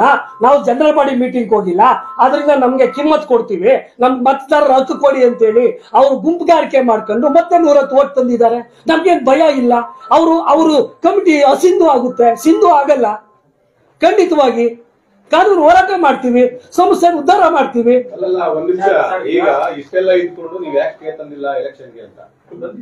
ಕೇಳ್ತೀನಿ ನೋಡಿ, ಚುನಾವಣೆಗೆ ಸ್ಟೇ ಕೊಡಲ್ಲ. ಚುನಾವಣೆ ಪ್ರಕ್ರಿಯೆ ನೋಡಿ, ಈಗ ಎಕ್ಸಾಂಪಲ್ ಹೇಳ್ತೀನಿ. ಚುನಾವಣೆ ನಮ್ಮ ಜೊತೆ 13D ಆಕ್ಟ್ ಅಲ್ಲಿ ಹೈಕೋರ್ಟ್ಗೆ 4 ಫೈಲ್ ಒಟ್ಟಿಗೆ ಇತ್ತು. Jayabharathi, Mysuru DCC bank, Kolar DCC bank, Davanagere DCC bank. ಅವೆಲ್ಲ ಚುನಾವಣಾ ಅಧಿಕಾರಿಗಳನ್ನ ಆಯ್ಕೆ ಮಾಡಿ ಚುನಾವಣೆ ಪ್ರಕ್ರಿಯೆ ಪ್ರಾರಂಭದಲ್ಲಿ ಅವ್ರು ಎಚ್ಚೆತ್ಕೊಂಡು ಕೋರ್ಟ್ಗೆ ಹೋದ್ರು. ನಾವು ಚುನಾವಣೆ ಪ್ರಕ್ರಿಯೆ ಆರಂಭ ಆಗಿ 30 ಜನ ನಾಮಿನೇಷನ್ ಹಾಕಿದ್ರು. ಇದು ಹೇಗೆ ಅಂತಂದ್ರೆ, ಚುನಾವಣಾ ಅಧಿಕಾರಿ, ಆ ಕಾರ್ಯಕಾರಿ ಮಂಡಳಿ, 9 ಸೂತ್ರಧಾರ ನಟರಾಜ ಅವ್ರ ಮುಖೇನ ಅವರು ಚುನಾವಣೆ ಪ್ರಕ್ರಿಯೆ ಪ್ರಾರಂಭ ಮಾಡಿಬಿಟ್ರು. ಪ್ರಾರಂಭ ಮಾಡಿರೋದ್ರಿಂದ ಇಡೀ ದೇಶ ನೋಡ್ತಿತ್ತು, ಇಡೀ ರಾಜ್ಯ ನೋಡ್ತಿತ್ತು. ಇವತ್ತು ಅದೇನಾದ್ರೂ ಆಗ್ಲಿ 883 ಓಟ್ನೆ ಸಿಂಧು ಮಾಡಿದ್ರು. ಪ್ರಕ್ರಿಯೆ ಆಗಿರೋದ್ರಿಂದ ಒಂದ್ ದಿವಸ ನಾಮಿನೇಷನ್ ಹಾಕೋದಕ್ಕೆ ಎಲ್ರಿಗೂ ಅವಕಾಶ ಕೊಟ್ರು. 26ಕ್ಕೆ ಚುನಾವಣೆ ಸರ್ಕಾರ ಕೋರ್ಟ್ ನಿಗದಿ ಮಾಡ್ತು. ಸರ್ಕಾರನೂ ಅದನ್ನು ಪಾಲನೆ ಮಾಡ್ತಾ ಇದ್ದಾರೆ. ನಾವು ಅಜನ್ಮ ಸಿದ್ಧ ಹಕ್ಕು. ಇವತ್ತು ಕಾರ್ಯಾಂಗ ಸರಿ ತಪ್ಪುಗಳನ್ನ ನ್ಯಾಯಾಂಗ ಎತ್ತು ತೋರಿಸುತ್ತೆ. ಆದ್ರೆ ಇವತ್ತು ಚುನಾವಣಾ ಪ್ರಕ್ರಿಯೆ ಪ್ರಾರಂಭ ಆಗಿ 30 ಜನ ನಾಮಿನೇಷನ್ ಹಾಕಿದ್ದಕ್ಕೋಸ್ಕರ ಇವತ್ತು ಸೇಮ್ ಏನಿದೆಯೋ ಅದನ್ನ ಕಂಟಿನ್ಯೂ ಮಾಡ್ತು. ನಾವು ಇನ್ನೂ ಹೋಗ್ಬೇಕಾಗಿದ್ದು, ನಮ್ಗೆ ಅವಕಾಶ ಇತ್ತು ಸರ್. ನಾವು ಡಬಲ್ ಬೆಂಚ್ ಹೋಗ್ಬೇಕಾಗಿತ್ತು, ನಾವು ಅಪೀಲ್ ಹೋಗ್ಲಿಲ್ಲ. ಎಲೆಕ್ಷನ್ ಹಾಕಕ್ ನಾವೇ ಬಿಟ್ವಿ. ಅದ್ರ ಬಗ್ಗೆ ನಮ್ಗೆ ಬೇಸರನೂ ಇಲ್ಲ, ಭಯನೂ ಇಲ್ಲ. 26 ಚುನಾವಣೆ ನಡೆಯುತ್ತೆ. ನಾವು ಮತದಾರರಾಗಿದ್ದೀವಿ. ನಾವು ಇವತ್ತು ಒಂದು ಸಂದೇಶ, ಈ ಸಂದೇಶ ಏನು ಅಂದ್ರೆ, ನಿಮ್ಮಗಳ ಮುಖಾಂತರ ಇನ್ನೂ ಒಂದು ಸಂದೇಶ. ಇವತ್ತು ಯಾಕೆ 883 ಪಟ್ಟಿ ಒಳಗಡೆ ಎಲ್ಲ ಆ ಸಂಸ್ಥೆಗೆ ದುಡ್ದಂತ, ಬೆಳೆದಂತ, ಬಾಳಿಸ್ತಂತ, ಬದುಕಿಸ್ತಂತ ಎಲ್ಲ ಹಿರಿಯರನ್ನ ಮೂಲೆ ಗುಂಪು ಮಾಡಿದ್ರು. ನಮ್ಗೆ ಕ್ಯಾಂಡಿಡೇಟ್ಗಳನ್ನ ಇಲ್ದಂಗ್ ಮಾಡಿದ್ರು. ನಾವು ಕ್ಯಾಂಡಿಡೇಟ್ ಇರೋರ್ನ ನಾವು ನಮ್ಮ ಬ್ಲಾಕ್ ಅಧ್ಯಕ್ಷರ ಆದೇಶ, ನಮ್ಮ ಎಲ್ಲ ಒಂದು ಸಹಕಾರಿಗಳ ಆದೇಶ, ಇದು ತಪ್ಪಿತಸ್ಥರಿಗೆ ಬಿಡಬಾರ್ದು ಅಂತೇಳಿ ನಾವು ಜನರಲ್ ಅಲ್ಲಿ ಸಾಮಾನ್ಯ ಕ್ಷೇತ್ರದಲ್ಲಿ 5 ಜನ ಇದ್ದೀವಿ, ಮಹಿಳಾ ಕ್ಷೇತ್ರದಲ್ಲಿ ಒಬ್ರಿದ್ದೀವಿ, SC ಕ್ಷೇತ್ರದಲ್ಲಿ ಒಬ್ರಿದ್ದೀವಿ. ಒಟ್ಟು 7 ಜನ ಸ್ಪರ್ಧೆ ಮಾಡ್ತಾ ಇದ್ದೀವಿ. ಸ್ಪರ್ಧೆಯಲ್ಲಿ ಇದ್ದೀವಿ. ಸೋಲು ಗೆಲುವು ಮತದಾರರಿಗೆ ಸಂಬಂಧಪಟ್ಟಿದ್ದು. ಇಷ್ಟೆಲ್ಲ ಅವರ ಒಂದು ಅವಾಂತರಗಳನ್ನ, ಇಷ್ಟೆಲ್ಲ ಈ ಸೃಷ್ಟಿಕರ್ತನ ಕರ್ಮಕಾಂಡಗಳನ್ನ ಮುಖೇನ ಇಡ್ತೀವಿ. ನಾವು ಮತದಾರರ ಬಂಧುಗಳಲ್ಲಿ ನಾನು ಒಂದು ಕೇಳ್ಕತ್ತೀನಿ. ಇನ್ನೊಂದು ಗೋಪಾಲಕೃಷ್ಣ ಸಂಪಂಗಿರಾಮಯ್ಯ ಅನ್ನೋರು ಬಿಜೆಪಿಲಿದ್ರು, ಮಂಚನಹಳ್ಳಿ ಜಿಲ್ಲಾ ಪಂಚಾಯತಿ ಮಾಜಿ ಸದಸ್ಯರು ಸಂಪಂಗಿರಾಮಯ್ಯನವರು. ಸಂಸ್ಥೆ ಉದ್ಧಾರಕ್ಕೆ ಪಕ್ಷ ಬಿಟ್ಟು ಸಂಸ್ಥೆ ಉದ್ಧಾರ ಮಾಡಕ್ಕೆ ತಂದು ಅವರು ಅಧ್ಯಕ್ಷರಾಗಿ ಕಾರ್ಯನಿರ್ವಹಣೆ ಮಾಡಿದ್ದು ಅದ್ಭುತ. ನಮ್ಮ ಅಧ್ಯಕ್ಷರು ಟೌನ್ ಅಧ್ಯಕ್ಷರು ಶ್ಲಾಘಿಸ್ತಿದ್ರು. ನಾಮಿನೇಷನ್ ನಾವೆಲ್ಲರೂ ಹಾಕುವಾಗ ಅವರು ಹಾಕಿದ್ರು, ನಾನು ಸೆಕೆಂಡ್ ಕೊಟ್ಟೆ. ನಾನು ಯಾವ ಪಕ್ಷದ ಬೆಂಬಲಿತನಲ್ಲ, ನಾನು ಇಂಡಿಪೆಂಡೆಂಟು. ಪಕ್ಷ ನಾನು ಯಾರು ಬೆಂಬಲ ಇಲ್ಲದೆ ನಾನು ನಿಂತಿದ್ದೀನಿ. ರಾಜಕೀಯ ಬೇಡ, ಸಹಕಾರಿ ಕ್ಷೇತ್ರದಲ್ಲಿ ಉದ್ಧಾರ ಮಾಡಕ್ ಬರ್ತೀನಿ, ಆದ್ರೆ ಇಲ್ಲಿ ಮತ ಕೊಟ್ಟರೆ ನಾನು ಮಾಡ್ತೀನಿ, ಇಲ್ಲ ಅಂದ್ರೆ ನಾನು ಮನೆಗೆ ಹೋಗ್ತೀನಿ ಅಂದ್ರು. ಅವರ ಬಿಜೆಪಿ ಭಿನ್ನಮತ ಇರುವಂತ ವ್ಯಕ್ತಿಗಳೇ ಇವತ್ತು ಭಿನ್ನವಾಗಿ ನಿಂತಿದ್ದಾರೆ. NMR ಮಂಜುನಾಥ್ ರೆಡ್ಡಿ ನಾನು ಸ್ವತಂತ್ರ ಅಭ್ಯರ್ಥಿ ಅಂತ ಹೇಳ್ತಾನೆ, ಸಂಪಂಗಿರಾಮಯ್ಯ ಸ್ವತಂತ್ರ ಅಭ್ಯರ್ಥಿ ಅಂತ ಹೇಳ್ತಾ ಇದ್ದಾರೆ. ಅವ್ರ ಬಣ್ಣ ಅವರೇ ಬೀದಿಗೆ ಇಟ್ಕೊಳ್ತಾ ಇದ್ದಾರೆ. ನಮಗೇನು ಅಂತ ಹೇಳಿದ್ರೆ, ನಮ್ಮ ಮತದಾನದ ಹಕ್ಕನ್ನ, ನಾವು ಅಭ್ಯರ್ಥಿ ಆಗೋ ಸ್ಥಾನಮಾನ ಇರೋ ಹಕ್ಕನ್ನ ಇಂಥವ್ರಿಗೆ ಕೇಳ್ದೇನೆ ಬಿಟ್ರೆ ಆ ಸಂಸ್ಥೆನ ಬೇರೆಯವರಿಗೆ ಇವತ್ತು 29 ವರ್ಷಕ್ಕೆ ಲೀಸ್ ಕೊಟ್ಟಿದ್ದಾರೆ. ಇಡೀ ಸಂಸ್ಥೆನ ನಾನು CBSE ಮಾಡ್ತೀನಿ, ಅದ್ ಮಾಡ್ತೀನಿ, ಇದ್ ಮಾಡ್ತೀನಿ ಅಂತ ಹೇಳ್ಬಿಟ್ಟು ಯಾರಾದ್ರೂ ಇವತ್ತು ರಿಯಲ್ ಎಸ್ಟೇಟ್ ಉದ್ಯಮ ಮಾಡ್ದಂಗೆ ಸಂಸ್ಥೆನ ಯಾರಿಗಾನ ಮಾರಾಟ ಮಾಡ್ಬಿಟ್ರೆ ಏನ್ ಮಾಡೋದು? ಅದಕ್ಕೆ ನಾವು ನಾಮಿನೇಷನ್ ಹಾಕಿರೋದು. ಸಂಸ್ಥೆ ಮಾರಾಟ ಆಗ್ಬಿಟ್ರೆ ಏನ್ ಮಾಡ್ತೀರಾ? ಎಲ್ಲರೂ ಸೇರಿ ಮಾರಾಟ ಮಾಡ್ಬಿಡ್ತಾರೆ. ಕಾರ್ಯದರ್ಶಿ ಇವತ್ತು ಒಂದ್ ಮಾತು ಹೇಳ್ತೀನಿ, ಕಾರ್ಯದರ್ಶಿ ಇಲ್ಲಿವರೆಗೂ ಪ್ರಭಾರ ಕೊಟ್ಟಿಲ್ಲ. ನಮ್ಮ AR ಮುಖ್ಯ ವ್ಯಕ್ತಿ, ಕಾರ್ಯದರ್ಶಿ ಏನ್ ಮಾಡ್ದ? 12ನೇ ತಾರೀಕು ರಿಸೀವ್ ಮಾಡ್ಕೊಂಡ, 8ನೇ ತಾರೀಕು ಸಸ್ಪೆಂಡ್ ಅಮಾನತ್ ಆಗಿದ್ದಕ್ಕೆ ಶಿಸ್ತು ವಿಚಾರಣೆಗೆ ಒಳಪಟ್ಟು ಅಮಾನತಲ್ಲಿ 6 ತಿಂಗಳು ಇಟ್ಟಿದ್ದಾರೆ. ಅಮಾನತಲ್ಲಿ ಯಾಕೆ ಇಡ್ತಾರೆ? ಒಂದು ಭ್ರಷ್ಟ ಅಧಿಕಾರಿನ ಯಾಕೆ ಇಡ್ತಾರೆ? ಭ್ರಷ್ಟ ಅಧಿಕಾರಿ ಅವನು ದುರ್ನಡತೆ, ದುರ್ವ್ಯವಹಾರಗಳು. ಕೊನೆ ಮಾತೇನು ಸರ್? ಈಗ ಈ ಸಂಸ್ಥೆ ಏನ್ ಮಾಡ್ಬೇಕು ಅಂತ ಸಂಸ್ಥೆ ಏನು ಅಲ್ಲ. ಈಗ ನಮ್ಮ ಉದ್ದೇಶ ಸರ್ಕಾರ ಶುದ್ಧಿ ಮಾಡಬೇಕು, ಅಲ್ಲಿ ಏಡೆಡ್ ಇನ್ಸ್ಟಿಟ್ಯೂಷನ್ ಗಳನ್ನ ಕಂಟಿನ್ಯೂ ಮಾಡಬೇಕು. ಈಗ ಇಂಗ್ಲಿಷ್ ಮೀಡಿಯಂ ಸ್ಕೂಲ್ನ ಪಾರದರ್ಶಕವಾಗಿ ಎಲ್ಲಾ ವ್ಯವಸ್ಥಿತವಾದ ರೀತಿಯಲ್ಲಿ ನಡೆಸಬೇಕು. ಹಣ ದುರುಪಯೋಗ, ಅಲ್ಲಿ ವ್ಯವಸ್ಥೆ ದುರುಪಯೋಗ ಎಲ್ಲ ಆಗ್ತಾ ಇದೆ. ಕೇಳಿ ಪ್ರಶ್ನೆ ಇನ್ನೇನಾದ್ರೂ ಇದ್ರೆ ಮಾಡ್ತಾ ಇರೋರು ನಾಳೆ ದಿವಸ ಸಂಸ್ಥೆಗೆ ಸಂಬಂಧಪಟ್ಟ ಆಸ್ತಿಗಳೆಲ್ಲ ಮಾತ್ರ ನೀವು ವ್ಯಾಪಾರ ಮಾಡ್ತೀರಾ? ಇಲ್ಲ. ಈಗ ಒಂದು ಪ್ರಶ್ನೆ ಶಾಂತಿ. ಹಿಂದಿನವರೆಲ್ಲ ಇವತ್ತು ಇದೆ 61,72,500 ರೂಪಾಯಿ ಸುಪ್ರೀಂ ಕೋರ್ಟ್ ವೆಚ್ಚಗಳು ಅಂತಿದ್ದು. ವೋಚರ್ನ ಮಾಡದೆ ಆ ಮಾಹಿತಿ ನಿಮ್ಗೆ ಲಿಖಿತ ಮೂಲಕ ಕೊಟ್ಟಿದ್ದೀನಿ. ಅದು 18% ಸೇರಿ ಮೊದಲನೇ ಆರೋಪಿ ಸೆಕ್ರೆಟರಿ ಕಮಿಟಿಯವರೆಲ್ಲ ಸೇರಿ ಕಟ್ಟಬೇಕು ಅಂತ ಆದೇಶ ಆಗಿದೆ. ಅಲ್ಲ ಆಗಿದೆ. ಅಲ್ಲ, ಈಗ ಆ 4 ಎಕರೆ ಜಮೀನ ಇಲ್ಲಿವರೆಗೂ ಸುಪ್ರೀಂ ಕೋರ್ಟ್ ಅಲ್ಲಿ ಗೆದ್ದಿದ್ದೀರಿ ಅಂತ ಹೇಳಿ ಒಂದು GD ಅಶ್ವತ್ಥನಾರಾಯಣ ಅವರು ಸ್ವತ್ತು ಸ್ವರ್ಗದಲ್ಲಿದ್ದಾರೆ. ನಮ್ಮ ಸಂಸ್ಥೆ ದುಡ್ಡನ್ನ ಅನುಭವಿಸ್ಲಿಲ್ಲ.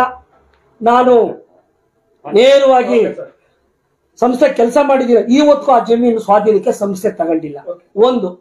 ಒಂದು ಶಿಕ್ಷಣ ಮಟ್ಟ ಉದ್ಧಾರ ಮಾಡದೆ ಅಂಗಡಿಗಳನ್ನ 2009ರಿಂದ ಕಟ್ಟಿದಂತ ಅಂಗಡಿಗಳನ್ನ ಹರಾಜ್ ಬಿಟ್ಟಿಲ್ಲ. ಅದನ್ನ ಮಾಡ್ಬೇಕ, ಘಟನೋತ್ತರ ಅನುಮೋದನೆ ಇಲ್ಲ, ಪೂರ್ವ ಅನುಮತಿ ಇಲ್ಲ, ಯಾವುದು ಇಲ್ಲ. ಅದ್ರ ವೇರಿಯೇಷನ್ 64 ರುಜುವಾತ್ ಆಗಿದೆ. ಆ ದಾಖಲಾತಿ ನಿಮ್ಮ ಹತ್ರ ಇದೆ. ಅಂಗಡಿಗಳಲ್ಲಿ ನಿಮ್ಮ ಅಂಗಡಿಗಳು ಸಹ ಇದೆ, ನೀವು ಸಹ ಟ್ಯಾಕ್ಸ್ ಕಟ್ಟಂತ ಅವ್ರು ಹೇಳಿದ್ರು ಸರ್ ಮೊನ್ನೆ ಪತ್ರಿಕಾಗೋಷ್ಠಿಯಲ್ಲಿ. ಎಲ್ಲ ಯಾವುದು ಇಲ್ಲ.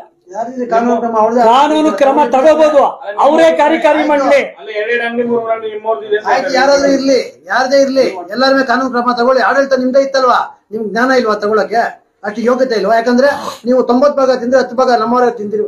ಹಾಗೆ ಯಾರು ತೆಗ್ದಾಕ ಎಲ್ಲಾರು ಈಗ ಇಬ್ರು ಕ್ರಮ ತಗೊಳ್ಳಿ. ಇದ್ರೆ ಕ್ರಮ ತಗೊಳ್ಳಿ. ಯಾರದೇ ಇರ್ಲಿ ಅಣ್ಣ, ಯಾರದೇ ಇರ್ಲಿ ಕ್ರಮ ತಗೊಳ್ಳಿ. ನೋಡಿ ಸರ್, ಕ್ರಮ ತಗೊಳ್ಳಿ. ಇವತ್ತು ಅವ್ರ ಟ್ಯಾಕ್ಸ್ ಕಟ್ಟಿಲ್ಲ, ಇವ್ರ ಟ್ಯಾಕ್ಸ್ ಕಟ್ಟಿಲ್ಲ, ಕಂತೆಗಳು. ಇವ್ರ ಕಾರ್ಯಕಾರಿ ಮಂಡಳಿ ಬಂದ್ಮೇಲೆ ಸೀಕ್ರೆಟ್ ಟೆಂಡರ್ 5 ವರ್ಷಕ್ಕೆ ಒಂದ್ಸಾರಿ ಬಿಡೋ ನಿಯಮ ಇದೆ. ಎಲ್ಲ ಮಾಡಿರೋದು ಇಲ್ಲೀಗಲ್ಲು. ಎಷ್ಟು ಎಕ್ಸಿದ್ದಾರೆ, ಯಾರ್ದು ಅಂಗಡಿ ಅಂತ ಬಹಿರಂಗ ಪಟ್ಟಿ ಅವರೇ ಕಳಿಸ್ಲಿ. ಏನ್ ಕಾನೂನು ಬರೆಯಾಗ್ತಿದೆ, ಏನ್ ಮಾಡ್ತಿದ್ದಾರೆ, ಎಷ್ಟು ವೆಚ್ಚ ಆಗಿದೆ, ಏನ್ ಮಾಡಬೇಕು ಅನ್ನೋದು ಒಂದು 5 ನಿಮಿಷ ಮಾತಾಡಿ ಸರ್. ಅರ್ಧ ಗಂಟೆ ಮಾತಾಡಿ. ಇಲ್ಲ ಸರ್, ವಿಚಾರ ನಿಮ್ಗೆ ಮಾಹಿತಿ ಗೊತ್ತಿದೆ, ನಿಮ್ ಬುಕ್ಕಲ್ಲಿದೆ. ಅಂಗಡಿಗಳ ದುರುಪಯೋಗ, ಸುಪ್ರೀಂ ಕೋರ್ಟ್ ವೆಚ್ಚಗಳು ದುರುಪಯೋಗ ಎಲ್ಲ ಸಮಗ್ರವಾಗಿದೆ.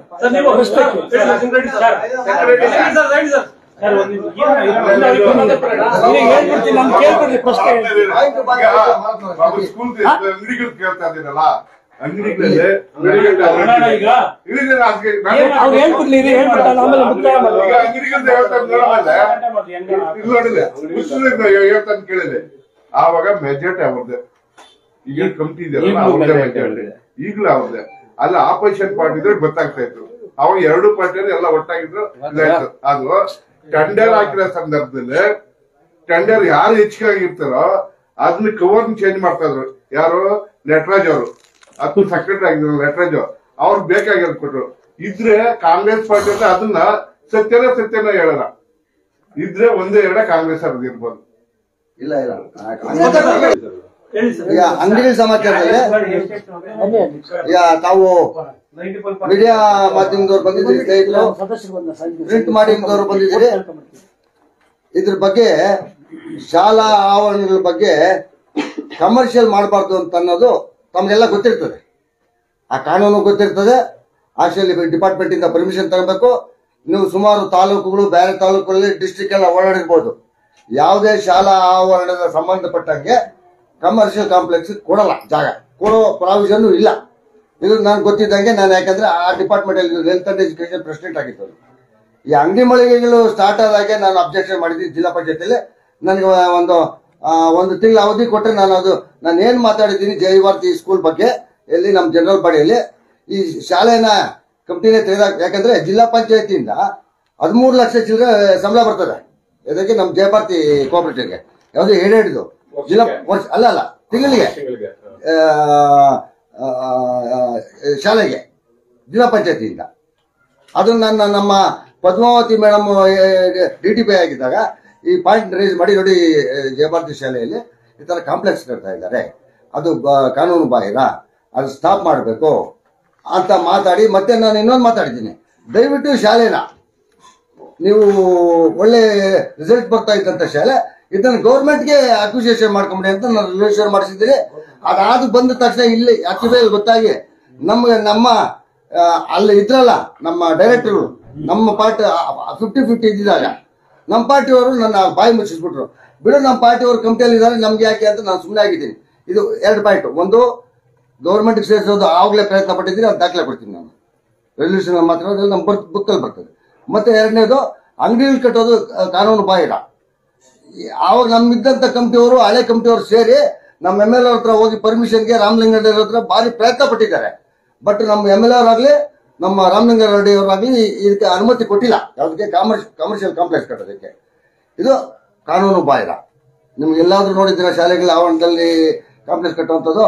ಶಾಲೆಗೆ ಸಂಬಂಧಪಟ್ಟಂಗೆ ಆಸ್ತಿ ಹೆಚ್ಚಿಗೆ ಇದ್ರೆ, ಬಾಡಿಗೆ ಬರೋ ರೀತಿ ಇದ್ರೆ, ಆ ಶಾಲೆಯಿಂದ ವರಮಾನ ಎಕ್ಸ್ಟ್ರಾ ಆಗೋಗಿದ್ರೆ ಆ ಬೇರೆ ಕಡೆಯಲ್ಲಿ ಕಾಂಪ್ಲೆಕ್ಸ್ ಕಟ್ಟಿದೆ ದಾಖಲೆಗಳಿದೆ, ಇವೆಲ್ಲಾದ್ರೂ ಹೋಗ್ಬೋದು.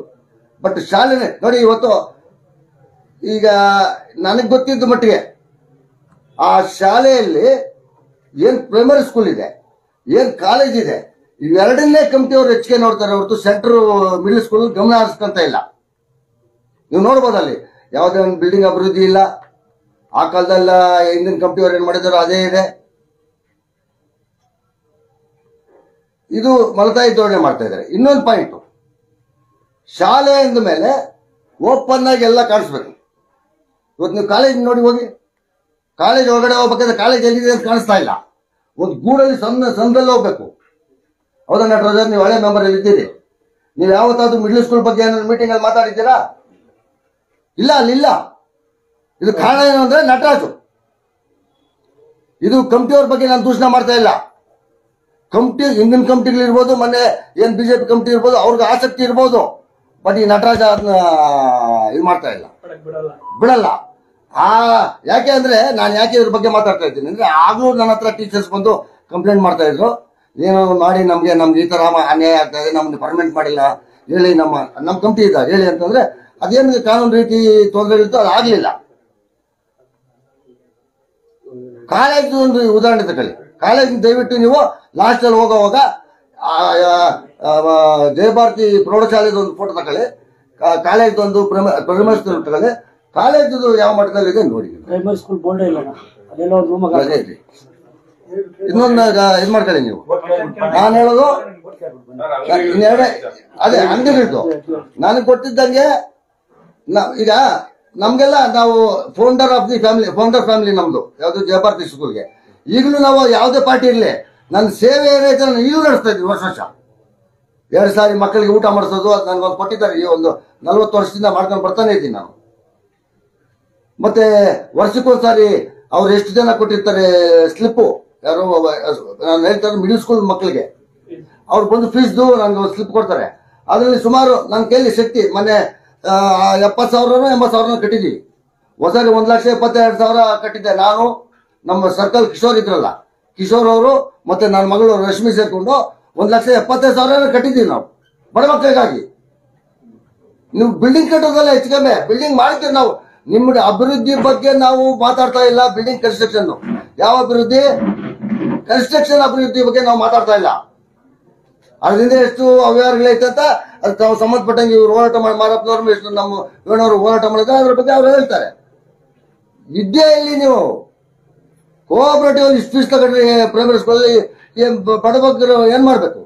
10,000 ತಗೊಂತಾ ಇದ್ರೆ ಕಾಲೇಜಲ್ಲಿ ಅಂತ ಈಗಾಗಲೇ ಕೋಆಪರೇಟಿವ್ ಸ್ಕೂಲ್ ಇರೋದೆಷ್ಟು? ಈಗ ನೋಡಿ ಒಂದು ಇನ್ನೊಂದು ನನ್ಗೆ ಅವಕಾಶ ಕೊಟ್ಟರೆ ಇನ್ನೊಂದು ಹೇಳ್ಬೇಕಿನಿ. ನಿಮ್ಗೆಲ್ರಿಗೂ ಗೊತ್ತಿರ್ಬೋದು. ನಾನು ಹೇಳ್ತೀನಿ, ಒಂದು ಹೆಡ್ ಕ್ವಾರ್ಟರ್ ಅಲ್ಲಿ ಹೈಸ್ಕೂಲ್ ಒಂದು ಇದ್ರೆ 6 ಕಿಲೋಮೀಟರ್ ಸರೌಂಡಿಂಗ್ ಕೊಡಲ್ಲ. ನೀವು ವಿದ್ಯಾ ಸಂಬಂಧ ನೀವು ನಮ್ಮ PO ಹತ್ರ ಎಲ್ಲ ತಿಳ್ಕೊಬೋದು. ಒಂದು ಹೆಡ್ ಕ್ವಾರ್ಟರ್ ಅಲ್ಲಿ ಒಂದು ಹೈಸ್ಕೂಲ್ ಇದ್ರೆ 6 ಕಿಲೋಮೀಟರ್ ಎಲ್ಲೂ ಕೊಡಲ್ಲ. ನನ್ನ ಈ ಹೈಸ್ಕೂಲ್ನ ಅವ್ಯವಹಾರಗಳು ಇವ್ರು ರಾಜಕೀಯಗಳು ನೋಡ್ಕೊಂಡು ನಾನೇನ್ ಮಾಡಿದೆ, ನನಗೆ ಸಂಬಂಧಪಟ್ಟಂತ ನಾನು ಚೆನ್ನಾಗಿದ್ದಕ್ಕೆ ಹೆಲ್ತ್ ಅಂಡ್ ಎಜುಕೇಶನ್ ಪ್ರೆಸಿಡೆಂಟ್ ಆಗಿದ್ದಕ್ಕೆ ನಾನು ಹೋರಾಟ ಮಾಡಿ ಮಿಡ್ಲ್ ಸ್ಕೂಲ್ನ ನಮ್ಮ ಗೌರ್ಮೆಂಟ್ ಮಿಡ್ಲ್ ಸ್ಕೂಲಲ್ಲಿ ನಮ್ಮ ಚೌಟ್ರಿ ಪಕ್ಕದಲ್ಲಿ ಇದ್ದಲ್ಲ ಗೌರ್ಮೆಂಟ್ ಸ್ಕೂಲ್ ಹೈಸ್ಕೂಲ್ ಮಾಡಿದೆ, ರೂಮ್ಗಳು ಕಟ್ಕೊಟ್ಟೆ. ಆವಾಗ ಅಲ್ಲಿಂದ ಕಮ್ಮಿ ಆದ್ರು ಮಕ್ಕಳಿಲ್ಲಿ. ಇಲ್ಲಿ ನಂಬರ್ 1 ಹೈಸ್ಕೂಲ್ ಜಯಭಾರತಿಗಿನ್ನ ಇಲ್ಲಿ ನಂಬರ್ 1 ರಿಸಲ್ಟ್ ತೆಗೆದುಕೊಳ್ಬೋದು. ಹೌದ್ರಾ? ಇನ್ನೊಂದು ಮಾಯಸಂದ್ರ ಎಷ್ಟು ದೂರ ಸರ್? ಇಲ್ಲಿಂದ ಮಾಯಸಂದ್ರ ಎಷ್ಟು ದೂರ? ಅಲ್ಲಿ ಮಾಯಸಂದ್ರ ನಾನು ಲಾಸ್ಟ್ ಇಯರ್ ಇಳಿಯೋವಾಗ ಅಲ್ಲಿ ಹೈಸ್ಕೂಲ್ ಮಾಡ್ಕೊಂಬಂದೆ.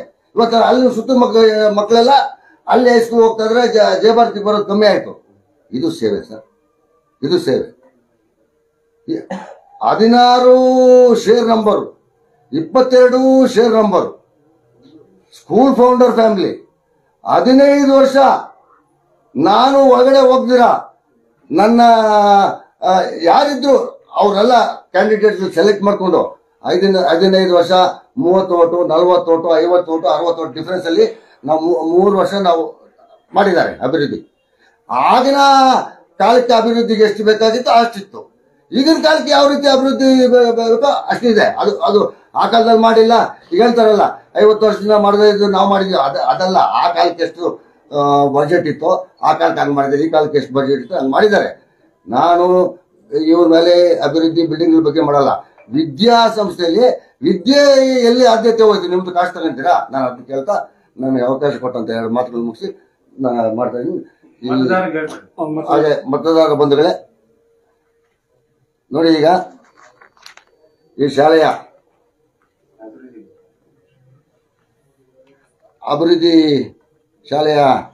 ಅಭಿವೃದ್ಧಿ ಮಾಡುವ ಉದ್ದೇಶದಿಂದ 5 ವರ್ಷಕ್ಕೊಂದು ಸಾರಿ ಚುನಾವಣೆ ಬರ್ತದೆ. ಅದರಲ್ಲಿ ಸುಮಾರು ನಮ್ಮ ಹಳೆಯ ಪಟ್ಟಿ ಏನಿದೆ, ನಾನು ಒಂದು ಈ ಊರಿನ ಪ್ರಜೆಯಾಗಿ ಅತಿ ಬೆಲೆ ಪ್ರಜೆಯಾಗಿ ಮತ್ತೆ ನನ್ನ ಮತ್ತು ನನ್ನ ಧರ್ಮಪತ್ನಿಯ ಸೀರಿಯಲ್ ನಂಬರ್ 16 ಮತ್ತು 22 ನಮ್ಮದೇ. ನಾನು ಜನರಲ್ ಬಾಡಿಗೆ ಹಿಂದಿನ 2 ವರ್ಷ ಹೋಗ್ದೇನೆ ಮಾರನೇ ದಿನ ಹೋಗಿ ಮೇಡಮ್ ಮಾತ್ರ ನಾನು ಸೈನ್ ಮಾಡಿ ಬಂದಿದ್ದೀನಿ. ಆದರೂ ನಮ್ಮಂತ ಸುಮಾರು ಜನಗಳು ಸದಸ್ಯರ ಮತದಾರರ ಪಟ್ಟಿಯಿಂದ ಹೆಸರುಗಳನ್ನು ತೆಗೆದುಹಾಕಿ ಇವತ್ತು ಮಾನ್ಯ ಶ್ರೀ ನಟರಾಜ್ ಅವರು ಯಾವ ರೀತಿ ಬೇಕೋ ಆ ರೀತಿ ಒಂದು ಮತಪಟ್ಟಿಗೆಯನ್ನು ಮತ ಲಿಸ್ಟನ್ನು ಮಾಡಿಕೊಂಡು ಅವರು ಚುನಾವಣೆಗೆ ಹೋಗಿದ್ದಾರೆ. ಆದರೂ ಸಹ ನಮ್ಮ ಸಿಂಡಿಕೇಟ್ನ ವತಿಯಿಂದ ನಾವು ಕುಗ್ಗದೆ ನಮ್ಮ ಮತಗಳ ಪರ್ಸೆಂಟೇಜ್ ಕಮ್ಮಿ ಇದ್ರು ಕೂಡ ನಾವು ಈ 5 ಮತ್ತು 2 7 ಜನ ಅಭ್ಯರ್ಥಿಗಳನ್ನು ಕಣಕ್ಕಿಳಿಸಿದ್ವಿ. ಮೊದಲನೇದಾಗಿ ಪ್ರದೀಪ್ ಎಸ್ ಪುಟ್ಟ, Marappa AT, Nandini dairy, Ravi P Chikkanahalli, Ravikumar M ಮಾಜಿ, ಎನ್ ವೇಣು, ನಮ್ಮ ಟೌನ್ ಅಧ್ಯಕ್ಷರು, ಅರುಣಾ ನಟರಾಜು, ಮಾಜಿ ಜಯಭಾರತಿ ಶಾಲೆಯ ಖಜಾಂಚಿಗಳು, ರವಿ ಎನ್, ಮಾಜಿ ಉಪಾಧ್ಯಕ್ಷರು ಜಯಭಾರತಿ ಶಾಲೆ, ಇವರು ನಾವು ಕಣಕ್ಕಿಳಿಸಿದ್ವಿ. ದಯವಿಟ್ಟು ಈ ನಮ್ಮ ಕೆಳಕಂಡ ಈ ತೋರಿಸಿ ಹೇಳಿರುವಂಥ 7 ಜನಕ್ಕೆ ತಮ್ಮ ಅಮೂಲ್ಯವಾದ ಮತವನ್ನು ಕೊಟ್ಟು ಇವರನ್ನು ಜಯಿಸಿ ನಮಗೆ ಮಾಡಬೇಕಾಗಿ ತಮ್ಮಲ್ಲಿ ಈ ಮೂಲಕ ಮನವಿ.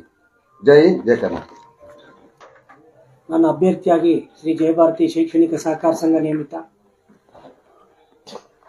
ನಾವು 5 ಜನ ಸಾಮಾನ್ಯ ಕ್ಷೇತ್ರಕ್ಕೆ ನಿಂತಿದ್ದೀವಿ. ಮಹಿಳಾ ಮೀಸಲಿಗೆ ಅರುಣಕ್ಕವರು ನಿಂತಿದ್ದಾರೆ. ರವಿ ಅವರು SC ಮೀಸಲು ಕ್ಷೇತ್ರಕ್ಕೆ ನಿಂತಿದ್ದಾರೆ. ಇವಾಗ ಈಗಾಗಲೇ ಹೆಸರುಗಳು ಹೇಳಿದ್ರು. Pradeep S, Marappa AT, Ravikumar M, N Venu, Aruna S ಮತ್ತೆ ರವಿ ಅವರು. ಇಷ್ಟು ಜನಕ್ಕೂ ನಾವು ತಮ್ಮ ಸದಸ್ಯರ ಸೇವಕರಾಗಿ ಸೇವೆ ಮಾಡೋದಕ್ಕೆ ಈ ಮಾಧ್ಯಮಗಳ ಮುಖಾಂತರ ತಮ್ಮಲ್ಲಿ ನಾನು ಪ್ರಾರ್ಥಿಸ್ತಾ ತಮ್ಮ ಅಮೂಲ್ಯವಾದ ಮತಗಳನ್ನು ಕೊಟ್ಟು ಸಂಘದ ಉದ್ಧಾರಕ್ಕೆ ಕೊಡಬೇಕು ಅಂತ ಈ ಮೂಲಕ ನಾನು ಕೇಳ್ಕೊಂಡು ನಿಮ್ಗೆ ನಮಸ್ಕರಿಸ್ತಾ ಇದ್ದೀನಿ. ನೀವು ಭ್ರಷ್ಟಾಚಾರ ವಿಷಯ ಕೇಳಿದ್ರಿ. ಏನ್ ಭ್ರಷ್ಟಾಚಾರ ಆಗಿದೆ ಅಂತ. ಈಗ ಕಟ್ಟಡದ ವಿಷಯಕ್ಕೆ ಬರ್ತೀನಿ. ಬೈಲಾದಲ್ಲಿ ಯಾರು ಅಂಗಡಿಗಳು ಇಡ್ತಾರೆ ಅಂತವ್ರು ಮಾತ್ರ ಹರಾಜು ಪ್ರಕ್ರಿಯೆಯಲ್ಲಿ ಪಾಲ್ಗೊಳ್ಬೇಕು, ಅವರೇ ಅಂಗಡಿಗಳು ಇಡಬೇಕು. ಇಲ್ಲಿ 4,30,000 ರೂಪಾಯಿ ಅಂಗಡಿ ಬಾಡಿಗೆಗಳು ಬರ್ತದೆ ಅಂತ ತೋರಿಸ್ತಾ ಇದ್ದಾರೆ. ಆದ್ರೆ ಅಲ್ಲಿ ಹೋಗಿ ನೀವು ಸರ್ವೆ ಮಾಡಿ 10.5 ಲಕ್ಷ ರೂಪಾಯಿ ಬಾಡಿಗೆ ಬರ್ತದೆ. ಅದೇ ಭ್ರಷ್ಟಾಚಾರ. ಯಾಕಂದ್ರೆ ನಾನ್ ತಗೊಳ್ಳೋದು ಹರಾಜಲ್ಲಿ, ನಾನು 10,000 ತಗೊಂಡು ಇವ್ರಿಗೆ 20,000 ಕೊಡೋದು. ಇದು ಭ್ರಷ್ಟಾಚಾರ. ಇದು ಗೊತ್ತಾಗ್ತಾ ಇಲ್ಲ ಜನಗಳಿಗೆ. 4,30,000 ರೂಪಾಯಿ ಮಾತ್ರ ತೋರಿಸ್ತಾ ಇದ್ದಾರೆ. ಟೋಟಲ್ ಆಗಿ ಬರ್ತಕ್ಕಂಥ ಬಾಡಿಗೆ 10.5 ಲಕ್ಷ. ನಮ್ಮ ಬೈಲಾ ಪ್ರಕಾರ ಯಾರು ಅಂಗಡಿ ಇಡ್ತಾರೆ ಅವ್ರು ಮಾತ್ರ ಅಲ್ಲಿ ಹರಾಜು ಪ್ರಕ್ರಿಯೆಯಲ್ಲಿ ಪಾಲ್ಗೊಳ್ಬೇಕು, ಅವರೇ ಅಂಗಡಿ ಇಡಬೇಕು. ಆದ್ರೆ ಅಲ್ಲೆಲ್ಲ ಹೋಗಿ ನೋಡಿ ಯಾರೋ ಹೆಸರಲ್ಲಿದೆ, ಯಾರೋ ಅಂಗಡಿಗಳು ಇಟ್ಕೊಂಡಿದ್ದಾರೆ. ಒಂದು. ಎರಡನೇ ಭ್ರಷ್ಟಾಚಾರ ಹೇಳ್ತಿದ್ವಿ. ಈಗ 2 ಎಕರೆ ಜಮೀನ ಇವರು ಬಾಡಿಗೆ ಕೊಟ್ಟಿದ್ದಾರೆ, 80,000 ರೂಪಾಯಿ ಬಾಡಿಗೆಗೆ. ಅವರು ಶಾಂದಾರ್ ಕಂಪನಿಯವರಿಗೆ ನಮ್ಮ ದೇವೇಗೌಡರು 18,50,000 ರೂಪಾಯಿ ಅವ್ರು ಕೊಟ್ಟಿದ್ದಾರೆ. ಎಕರೆ 40,000 ರೂಪಾಯಿ ಅಂದ್ರೆ ಟೋಟಲ್ ಆಗಿ 80,000 ರೂಪಾಯಿ ಬರ್ತೈತೆ ನಮಗೆ. ಅವರು ಇಲ್ಲಿ ಏನು ಕಾರ್ಯಕಾರಿ ಮಂಡಳಿಯ ಸದಸ್ಯರುಗಳೇನಿರ್ತಾರೆ ಅವ್ರದ್ದೇನು ಪಾತ್ರ ಇರಲ್ಲ ಸದಸ್ಯರದು. ಈಗ ಯಾರು ಈ ಕಾರ್ಯದರ್ಶಿ ಅವ್ರಿಗೆ ಇಷ್ಟು ಲಕ್ಷ ಅಂತ ಬರ್ತದೆ ಕಮಿಷನ್. ಇದೇ ಭ್ರಷ್ಟಾಚಾರ. ಅರ್ಥ ಆಯ್ತಾ? ಮೂರನೇದು ಹೇಳ್ತೀನಿ ಕೇಳಿ. ಆಯ್ತು, ಪ್ರೂಫ್ ಏನು ಅಂತ ಹೇಳ. ಇವತ್ತು ಸೂಪರ್ ಸೆಟ್ ಆಗಿದೆ. ಸರ್ಕಾರದ ನಿಯಮದ ಪ್ರಕಾರ 1,20,000 ರೂಪಾಯಿ ಬರಬೇಕು ಸಂಸ್ಥೆಗೆ. 80,000 ಕೊಟ್ಟಿರ್ತಕ್ಕಂಥ ಇವರು. ಅದಕ್ಕೆ ಸೂಪರ್ ಸೆಟ್ ಆಗಿದೆ ಇವತ್ತು. ಪಾರದರ್ಶಕತೆ ಇಲ್ಲದೆ ಸೂಪರ್ ಸೆಟ್ ಆಗಿದೆ. ಮತ್ತೆ ತನಿಖೆ ಮುಂದುವರೆದು ಸಾಬೀತಾಗುತ್ತೆ. ಅದು ಈಗಾಗಲೇ ತನಿಖೆ ಸಾಬೀತಾಗಿದೆ. ಸಾಬೀತಾಗಿ ಸೂಪರ್ ಸೆಟ್ ಆಗಿರ್ತಕ್ಕಂಥದ್ದು. ಅದನ್ನ ಹೆಚ್ಚಿನ ತನಿಖೆಗಳು ತಿರುಗಿ ಬರ್ತಾರೆ. ಮೂರನೇದು, ನಮ್ಮ ಏಡೆಡ್ ಸ್ಕೂಲ್ ಇದು ಅನುದಾನಿತ ಶಾಲೆ. ಅನುದಾನಿತ ಶಾಲೆ ನಾವು SLC 8, 9, 10ನೇ ಕ್ಲಾಸಲ್ಲಿ ನಾವು ಅದೇ ಶಾಲೆಯಲ್ಲಿ ಓದಿರೋದು. 30 ರೂಪಾಯಿ ಫೀಸ್ ಇತ್ತು. ಇವತ್ತು 20,000 ರೂಪಾಯಿ ಆಗಿದೆ. ಏನ್ ಮಾಡ್ತಾ ಇದ್ದಾರೆ? ಏಡೆಡ್ ಸ್ಕೂಲ್ನೆಲ್ಲ ತೆಗೆದು ಸರ್ ಪ್ರೈವೇಟ್ ಸ್ಕೂಲ್ ಮಾಡ್ತಾ ಇದ್ದಾರೆ ಎಲ್ಲ. ಆವಾಗ್ಲೂ ಇತ್ತು ಇಂಗ್ಲಿಷ್ ಮೀಡಿಯಂ. ನಾವು ಓದೋವಾಗೂ ಇಂಗ್ಲಿಷ್ ಮೀಡಿಯಂ ಇತ್ತು. ಯಾರು ಟ್ಯಾಲೆಂಟ್ ಇರ್ತಾರೆ ಅವರೆಲ್ಲ ಇಂಗ್ಲಿಷ್ ಮೀಡಿಯಂಗೆ ಹೋಗೋರು, ಯಾರು ಟ್ಯಾಲೆಂಟ್ ಕಡಿಮೆ ಇರ್ತಾರೆ ಅವರೆಲ್ಲ ಕನ್ನಡ ಸ್ಕೂಲ್ಗೆ ಹೋಗೋರು. ಅದು ನಿಜಾನೇ. ಅದು ಆವಾಗ್ಲೂ ಇತ್ತು. ಇವ್ರೇನ್ ಮಾಡ್ತಾ ಇದ್ದಾರೆ? ಪ್ರೈವೇಟ್ ಮಾಡ್ತಾ ಇದ್ದಾರೆ. 2 ರಿಸಿಪ್ಟ್ಗಳು ಹಾಕ್ತಾರೆ. ಒಂದ್ರಲ್ಲಿ ಸರ್ಕಾರಕ್ಕೆ ತೋರಿಸೋದಕ್ಕೆ ಒಂದು ರಿಸಿಪ್ಟು, ಮತ್ತೊಂದು ಇವರು ಪ್ರೈವೇಟ್ ಆಗಿ ಇವರೇ ಹಾಕಂತಾರೆ ರಿಸಿಪ್ಟ್ಗಳು. 20,000 ರೂಪಾಯಿ ತಗೊಂತಾ ಇದ್ದಾರೆ ಇವತ್ತು. ಒಂದು ಮಗುಗೆ, ಒಂದು ಬಡ ಮಗುಗೆ 20,000 ರೂಪಾಯಿ ಫೀಸ್ ತಗೊಂತಾ ಇದ್ದಾರೆ. ಭ್ರಷ್ಟಾಚಾರ ಅಂತ ಕೇಳಿದ್ದಕ್ಕೆ ಸಮಂಜಸವಾಗಿ ನಾನು ಉತ್ತರ ಕೊಡ್ತಾ ಇದ್ದೀನಿ. ಮತ್ತೆ ಆಡಿಟ್ ರಿಪೋರ್ಟ್, 2 ವರ್ಷದ ಆಡಿಟ್ ರಿಪೋರ್ಟ್ಗೆ ನಾವು ಎನ್ಕ್ವೈರಿಗೆ ಹಾಕಿದ್ರೆ ಇವ್ರು ಸ್ಟೇ ತಗೊಂಡ್ಬಂದಿದ್ದಾರೆ. ಯಾಕೆ ತಗೊಂಡ್ಬಂದ್ರು? ಯಾಕೆ ಮತ್ತೆ ಇವ್ರು ಆಡಿಟ್ ರಿಪೋರ್ಟ್ ಮಾಡ್ಲಿಕ್ಕೆ ಈಗ ಮತ್ತೆ ಸೂಪರ್ ಸೆಟ್ ಯಾಕಾಯ್ತು? ಸೂಪರ್ ಸೆಟ್ ಯಾಕಾಯ್ತು? ಎಲ್ಲಿ ಸ್ಟೇಗೆ ಹೋಗಿದ್ದಾರೆ? ಯಾಕೆ ನೀವು ಪ್ರೈವೇಟ್ ಸ್ಕೂಲ್ ಮಾಡ್ತಾ ಇದ್ದೀರಾ? ಗೌರ್ಮೆಂಟ್ ಅನುದಾನಿತ ಶಾಲೆಯಲ್ಲಿ ಯಾಕೆ ಮುಚ್ಚಲಾಯ್ತು? ಅನುದಾನಿತ ಶಾಲೆ ಅಂದ್ರೆ ಗೌರ್ಮೆಂಟ್ ರೂಲ್ಸ್ ಅಂಡ್ ರೆಗ್ಯುಲೇಷನ್ ಇರ್ತದೆ, ಸಹಕಾರ ಇಲಾಖೆದು. ಅದ್ರ ಪ್ರಕಾರ ಮಾಡ್ಬೇಕಾಗ್ತದೆ. ಇವ್ರು ಪ್ರೈವೇಟ್ ಮಾಡ್ಕೊಂಡು ಇವ್ರ ಇಷ್ಟ. ಇವತ್ತು ನಾವು ಈ ಹೋರಾಟ ಮಾಡ್ಲಿಲ್ಲ ಅಂದಿದ್ರೆ ಇಷ್ಟೊತ್ತಿಗೆ ಮುಚ್ಚಾಕ್ಬಿಡೋರು. ಇವರೇ ನಮ್ ಸಹಕಾರ ಇಲಾಖೆಗೆ ಇವರೇ ಬರೆಯಕ್ ತಯಾರಾಗಿದ್ರು. ನಮ್ಗೆ ಅನುದಾನಿತ ಶಾಲೆ ಬೇಡ, ನಾವು ಪ್ರೈವೇಟ್ ಆಗಿ ಮಾಡ್ಕೊಂತೀವಿ ಅಂತ ಹೊರಟಿದ್ರು. ಆಲ್ರೆಡಿ ಮಾಡಿಬಿಟ್ಟಿದ್ರು, ಎಲ್ಲ ಮುಚ್ಕೊಂಡ್ ಬಂದಿದ್ರು. ನಮ್ಮ ಒಂದು ಅನುದಾನಿತ ಶಾಲೆಯಲ್ಲಿ ಎಷ್ಟು ಜನ ಇದ್ರು ಅಷ್ಟು ಜನರನ್ನ ಪ್ರೈವೇಟ್ ಸ್ಕೂಲ್ ಹಾಕೊಂಡಿದ್ದಾರೆ. ಅದ್ರದ್ದು ದಾಖಲೆ ಸಮೇತ ಇದೆ. ಅದರಲ್ಲಿ ತನಿಖೆ ಮಾತ್ರ ಬಾಕಿ ಇದೆ. ಒಂದೇ ಸಲ ಚೆನ್ನಾಗಿ ಓದೋ ಮಕ್ಕಳನ್ನೆಲ್ಲಾನು ಏನು ಅನುದಾನಿತ ಶಾಲೆಯಿಂದ ಪ್ರೈವೇಟ್ ಸ್ಕೂಲ್ ಶಿಫ್ಟ್ ಮಾಡ್ತಾರೆ. ಇವತ್ತು ಒಬ್ಬ ಟೀಚರ್ ಇದ್ದಾರೆ. ನಾವು ಓದೋ ಪೂರ್ತಿ ಏಡೆಡ್ ಸ್ಕೂಲೇ. ಎಲ್ಲಾ ಟೀಚರ್ಗಳು ಸರ್ಕಾರ ಅನುದಾನಿತದಿಂದಲೇ ಇದ್ರು. ಇವತ್ತೇನಾಗಿದೆ ಪ್ರೈವೇಟ್ ಸ್ಕೂಲು. ಅವ್ರಿಗೆ ಇಷ್ಟ ಬಂದಂಗ್ ಮಾಡ್ತಾ ಇದ್ದಾರೆ. ಶಾಶ್ವತ ತಡೆಯಾಜ್ಞೆ ಸಿಕ್ಕಿಲ್ಲ ಅವ್ರಿಗೆ, ತಾತ್ಕಾಲಿಕ ತಡೆಯಾಜ್ಞೆ. ಈ ತರ ಮಾಡಿದ್ರೆ ಓದೋದಕ್ಕೆ ಅವಕಾಶ ಆಗಲ್ವಲ್ಲ. ಎಲ್ಲ ಬಡ ಮಕ್ಳು ಎಲ್ಲಿ ಓದಕ್ಕಾಗ್ತದೆ? ಹಂಗಾಗಿ ಇವತ್ತು ಪರಿಸ್ಥಿತಿ. ಅದಕ್ಕೆ ನಮ್ಮ ಹೋರಾಟ ನಾವು ಮಾಡ್ತಾ ಇರೋದು. ಈಗ ಆಯ್ತು, ಈಗ ಚುನಾವಣೆ ಈ ವಿಷಯಕ್ಕೆ ಬಂದಿದೀವಿ. ಈಗ ಚುನಾವಣೆ, ಈಗ ನಮ್ಮ ಒಂದು ಕಾಂಗ್ರೆಸ್ ಪರವಾಗಿರ್ತಕ್ಕಂಥ ವೋಟರ್ಗಳೆಲ್ಲ ತೆಗೆದಾಕಿದ್ದಾರೆ. ಅದ್ರ ವಿಷಯವಾಗಿ ನಾವು ಧರಣಿ ಮಾಡಿದ್ವಿ. ಧರಣಿ ಮಾಡಿ ಚುನಾವಣೆಯನ್ನ ಮುಂದೂಡಿದ್ವಿ. ಚುನಾವಣೆ ಮುಂದೂಡಿದಾಗ ಕೋರ್ಟು ಏನೋ ಒಂದ್ಸಲ ಚುನಾವಣೆಯ ಪ್ರಕ್ರಿಯೆ ಸ್ಟಾರ್ಟ್ ಆದ್ಮೇಲೆ ಅದನ್ನ ಕ್ಯಾಲೆಂಡರ್ ಆಫ್ ಇವೆಂಟ್ಸ್ ಆದ್ಮೇಲೆ ಅದನ್ನ ಮಾಡಬಾರ್ದು, ಆ ತರ ಕಂಟಿನ್ಯೂಷನ್ ಮಾಡ್ಬೇಕು ಅಂತ ಕೋರ್ಟ್ ತೀರ್ಪು ಬಂತು. ಅದಕ್ಕೆ ನಾವು ತಲೆಬಾಗಿದ್ದೀವಿ. ಅದು ಕಷ್ಟನೋ ಸುಖನೋ ಫೈಟ್ ಮಾಡೋಣ ಅಂತ ನಾವು ತೀರ್ಮಾನ ಮಾಡಿದ್ವಿ. ಇವ್ರೇನ್ ಮಾಡಿದ್ದಾರೆ, ತಿರುಗಿ ಇಲ್ಲಿಗಲ್ ಆಗಿ 110 ವೋಟ್ ಸೇರ್ಸ್ಕೊಂಡ್ ಬಂದಿದ್ದಾರೆ. ನೆನ್ನೆ ಬಂದಿದೆ. ಅದ್ರಲ್ಲಿ ಬರೀ ಊರು ಹೆಸರು ಯಾರು ಗೊತ್ತಾಗ್ತದೆ ವೋಟರ್ಗಳು? ಯಾಕೆ ಇಲ್ಲಿಗಲ್ಲು ಗೆಲ್ಲೇಬೇಕು? ಕೋಟ್ಯಾಂತರ ರೂಪಾಯಿ ಲೂಟಿ ಹೊಡಿತಾ ಇದ್ದಾರೆ ವರ್ಷಕ್ಕೆ. ಈ ಪ್ರೈವೇಟ್ ಸ್ಕೂಲ್ ಮಾಡ್ಕೊಂಡು 1.5 ಇಂದ 2 ಕೋಟಿ ರೂಪಾಯಿ ಲೂಟಿ ಹೊಡಿತಾ ಇದ್ದಾರೆ. ಅದಕ್ಕೆ ತಾನೇ ನಮ್ಮ ಹೋರಾಟ ಮಾಡ್ತಾ ಇದೀವಿ. ಯಾಕೆ ಅನುದಾನಿತ ಶಾಲೆ ಯಾಕೆ ಮಾಡಬಾರ್ದು? ಸರ್ಕಾರಕ್ಕೆ ಯಾಕೆ ಸೇರಿಸಬಾರ್ದು? ಬಡ ಮಕ್ಕಳಿಗೆ ಎಲ್ಲಿ ಸಿಗ್ತೈತೆ ವಿದ್ಯೆ? ಅದ್ರ ಉದ್ದೇಶ ಏನು? ಬಡ ಮಕ್ಕಳಿಗೆ ವಿದ್ಯೆ ಸಿಗ್ಬೇಕು ನಮ್ಮ ಜಯಭಾರತಿ ಶಾಲೆಯಲ್ಲಿ ಅಂತಿರೋದು. ಇವ್ರು ಪ್ರೈವೇಟ್ ಮಾಡ್ಕೊಂತ ಇದಾರೆ. ಆ ಸ್ಕೂಲಲ್ಲಿ ಓದಿರೋರು ಮತದಾರರಾಗಿರ್ಬೇಕು. ಬೇರೆ ಎಲ್ಲೆಲ್ಲೋ ಬಯಕನ್ ಫ್ಯಾಕ್ಟರಿಯಿಂದ ಇನ್ನೊಂದು ಫ್ಯಾಕ್ಟರಿಯಿಂದ ಎಲ್ಲ ಕಡೆಯಿಂದ ಬಂದು ಮತದಾರರಾಗಿದ್ದಾರೆ. ಈಗ ಯಾಕೆ ಈಗ ಆಂಜಿಲ ಒಂದು ಮಾತು ಹೇಳ್ತೀನಿ. ಆಂಜಿಲಪ್ಪನ ಜಿಲ್ಲಾ ಪಂಚಾಯತಿ ಇದ್ರಲ್ಲಿ ಗೆದ್ದಿದ್ದಾನ? ಸೋತ್ರು. ತಾಲೂಕ್ ಪಂಚಾಯತಿಯಲ್ಲಿ ಗೆದ್ರ? ಸೋತ್ರು. ಒಂದು ಪಂಚಾಯತಿ ಚುನಾವಣೆಯಲ್ಲಿ ಗೆದ್ರ? ಸೋತ್ರು. ಇಲ್ಲಿ ಏನ್ ಮಾಡ್ತಾರೆ?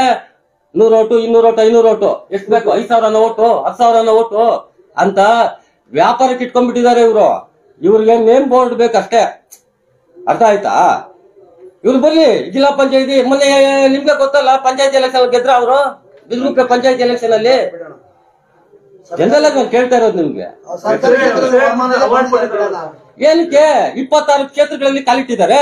ಒಂದು ಕ್ಷೇತ್ರದಲ್ಲ ನೆಟ್ಟ ಕೆಲಸ ಮಾಡಕ್ ಆಗ್ತದ? ಫಸ್ಟ್ ನೀವ್ ಹೇಳಿ. ಅದು ಇವಾಗ ನಾನು ಪುರಸಭೆ ಮೆಂಬರ್ ಆಗಿದ್ದೀನಿ. ನನ್ಗೆ ಅಷ್ಟೇ ಸಾಕು. ಯಾಕಂದ್ರೆ ಅಲ್ಲಿ ಮಾಡಕ್ಕೆ ಬೆಳಗ್ಗೆಯಿಂದ ಸಾಯಂಕಾಲ ಮಾಡಿದ್ರು ಕೆಲಸಗಳು ಇರ್ತದೆ, ಅಷ್ಟು ಇರ್ತದೆ. ನನ್ಗದು ಬೇಕು, ನನ್ಗದು ಬೇಕು, ನನ್ಗದು ಬೇಕು ಅಂತ ಎಲ್ಲಾ ಕ್ಷೇತ್ರಗಳಲ್ಲಿ ಕೈಯಿಡಕ್ ಆಗೋದಿಲ್ಲ. ಇಟ್ರೆ ಏನಾಗ್ತದೆ, ಯಾವ್ದ್ರಲ್ಲೂ ನಾವು ನ್ಯಾಯ ಸಲ್ಲಿಸಕ್ ಆಗೋದಿಲ್ಲ.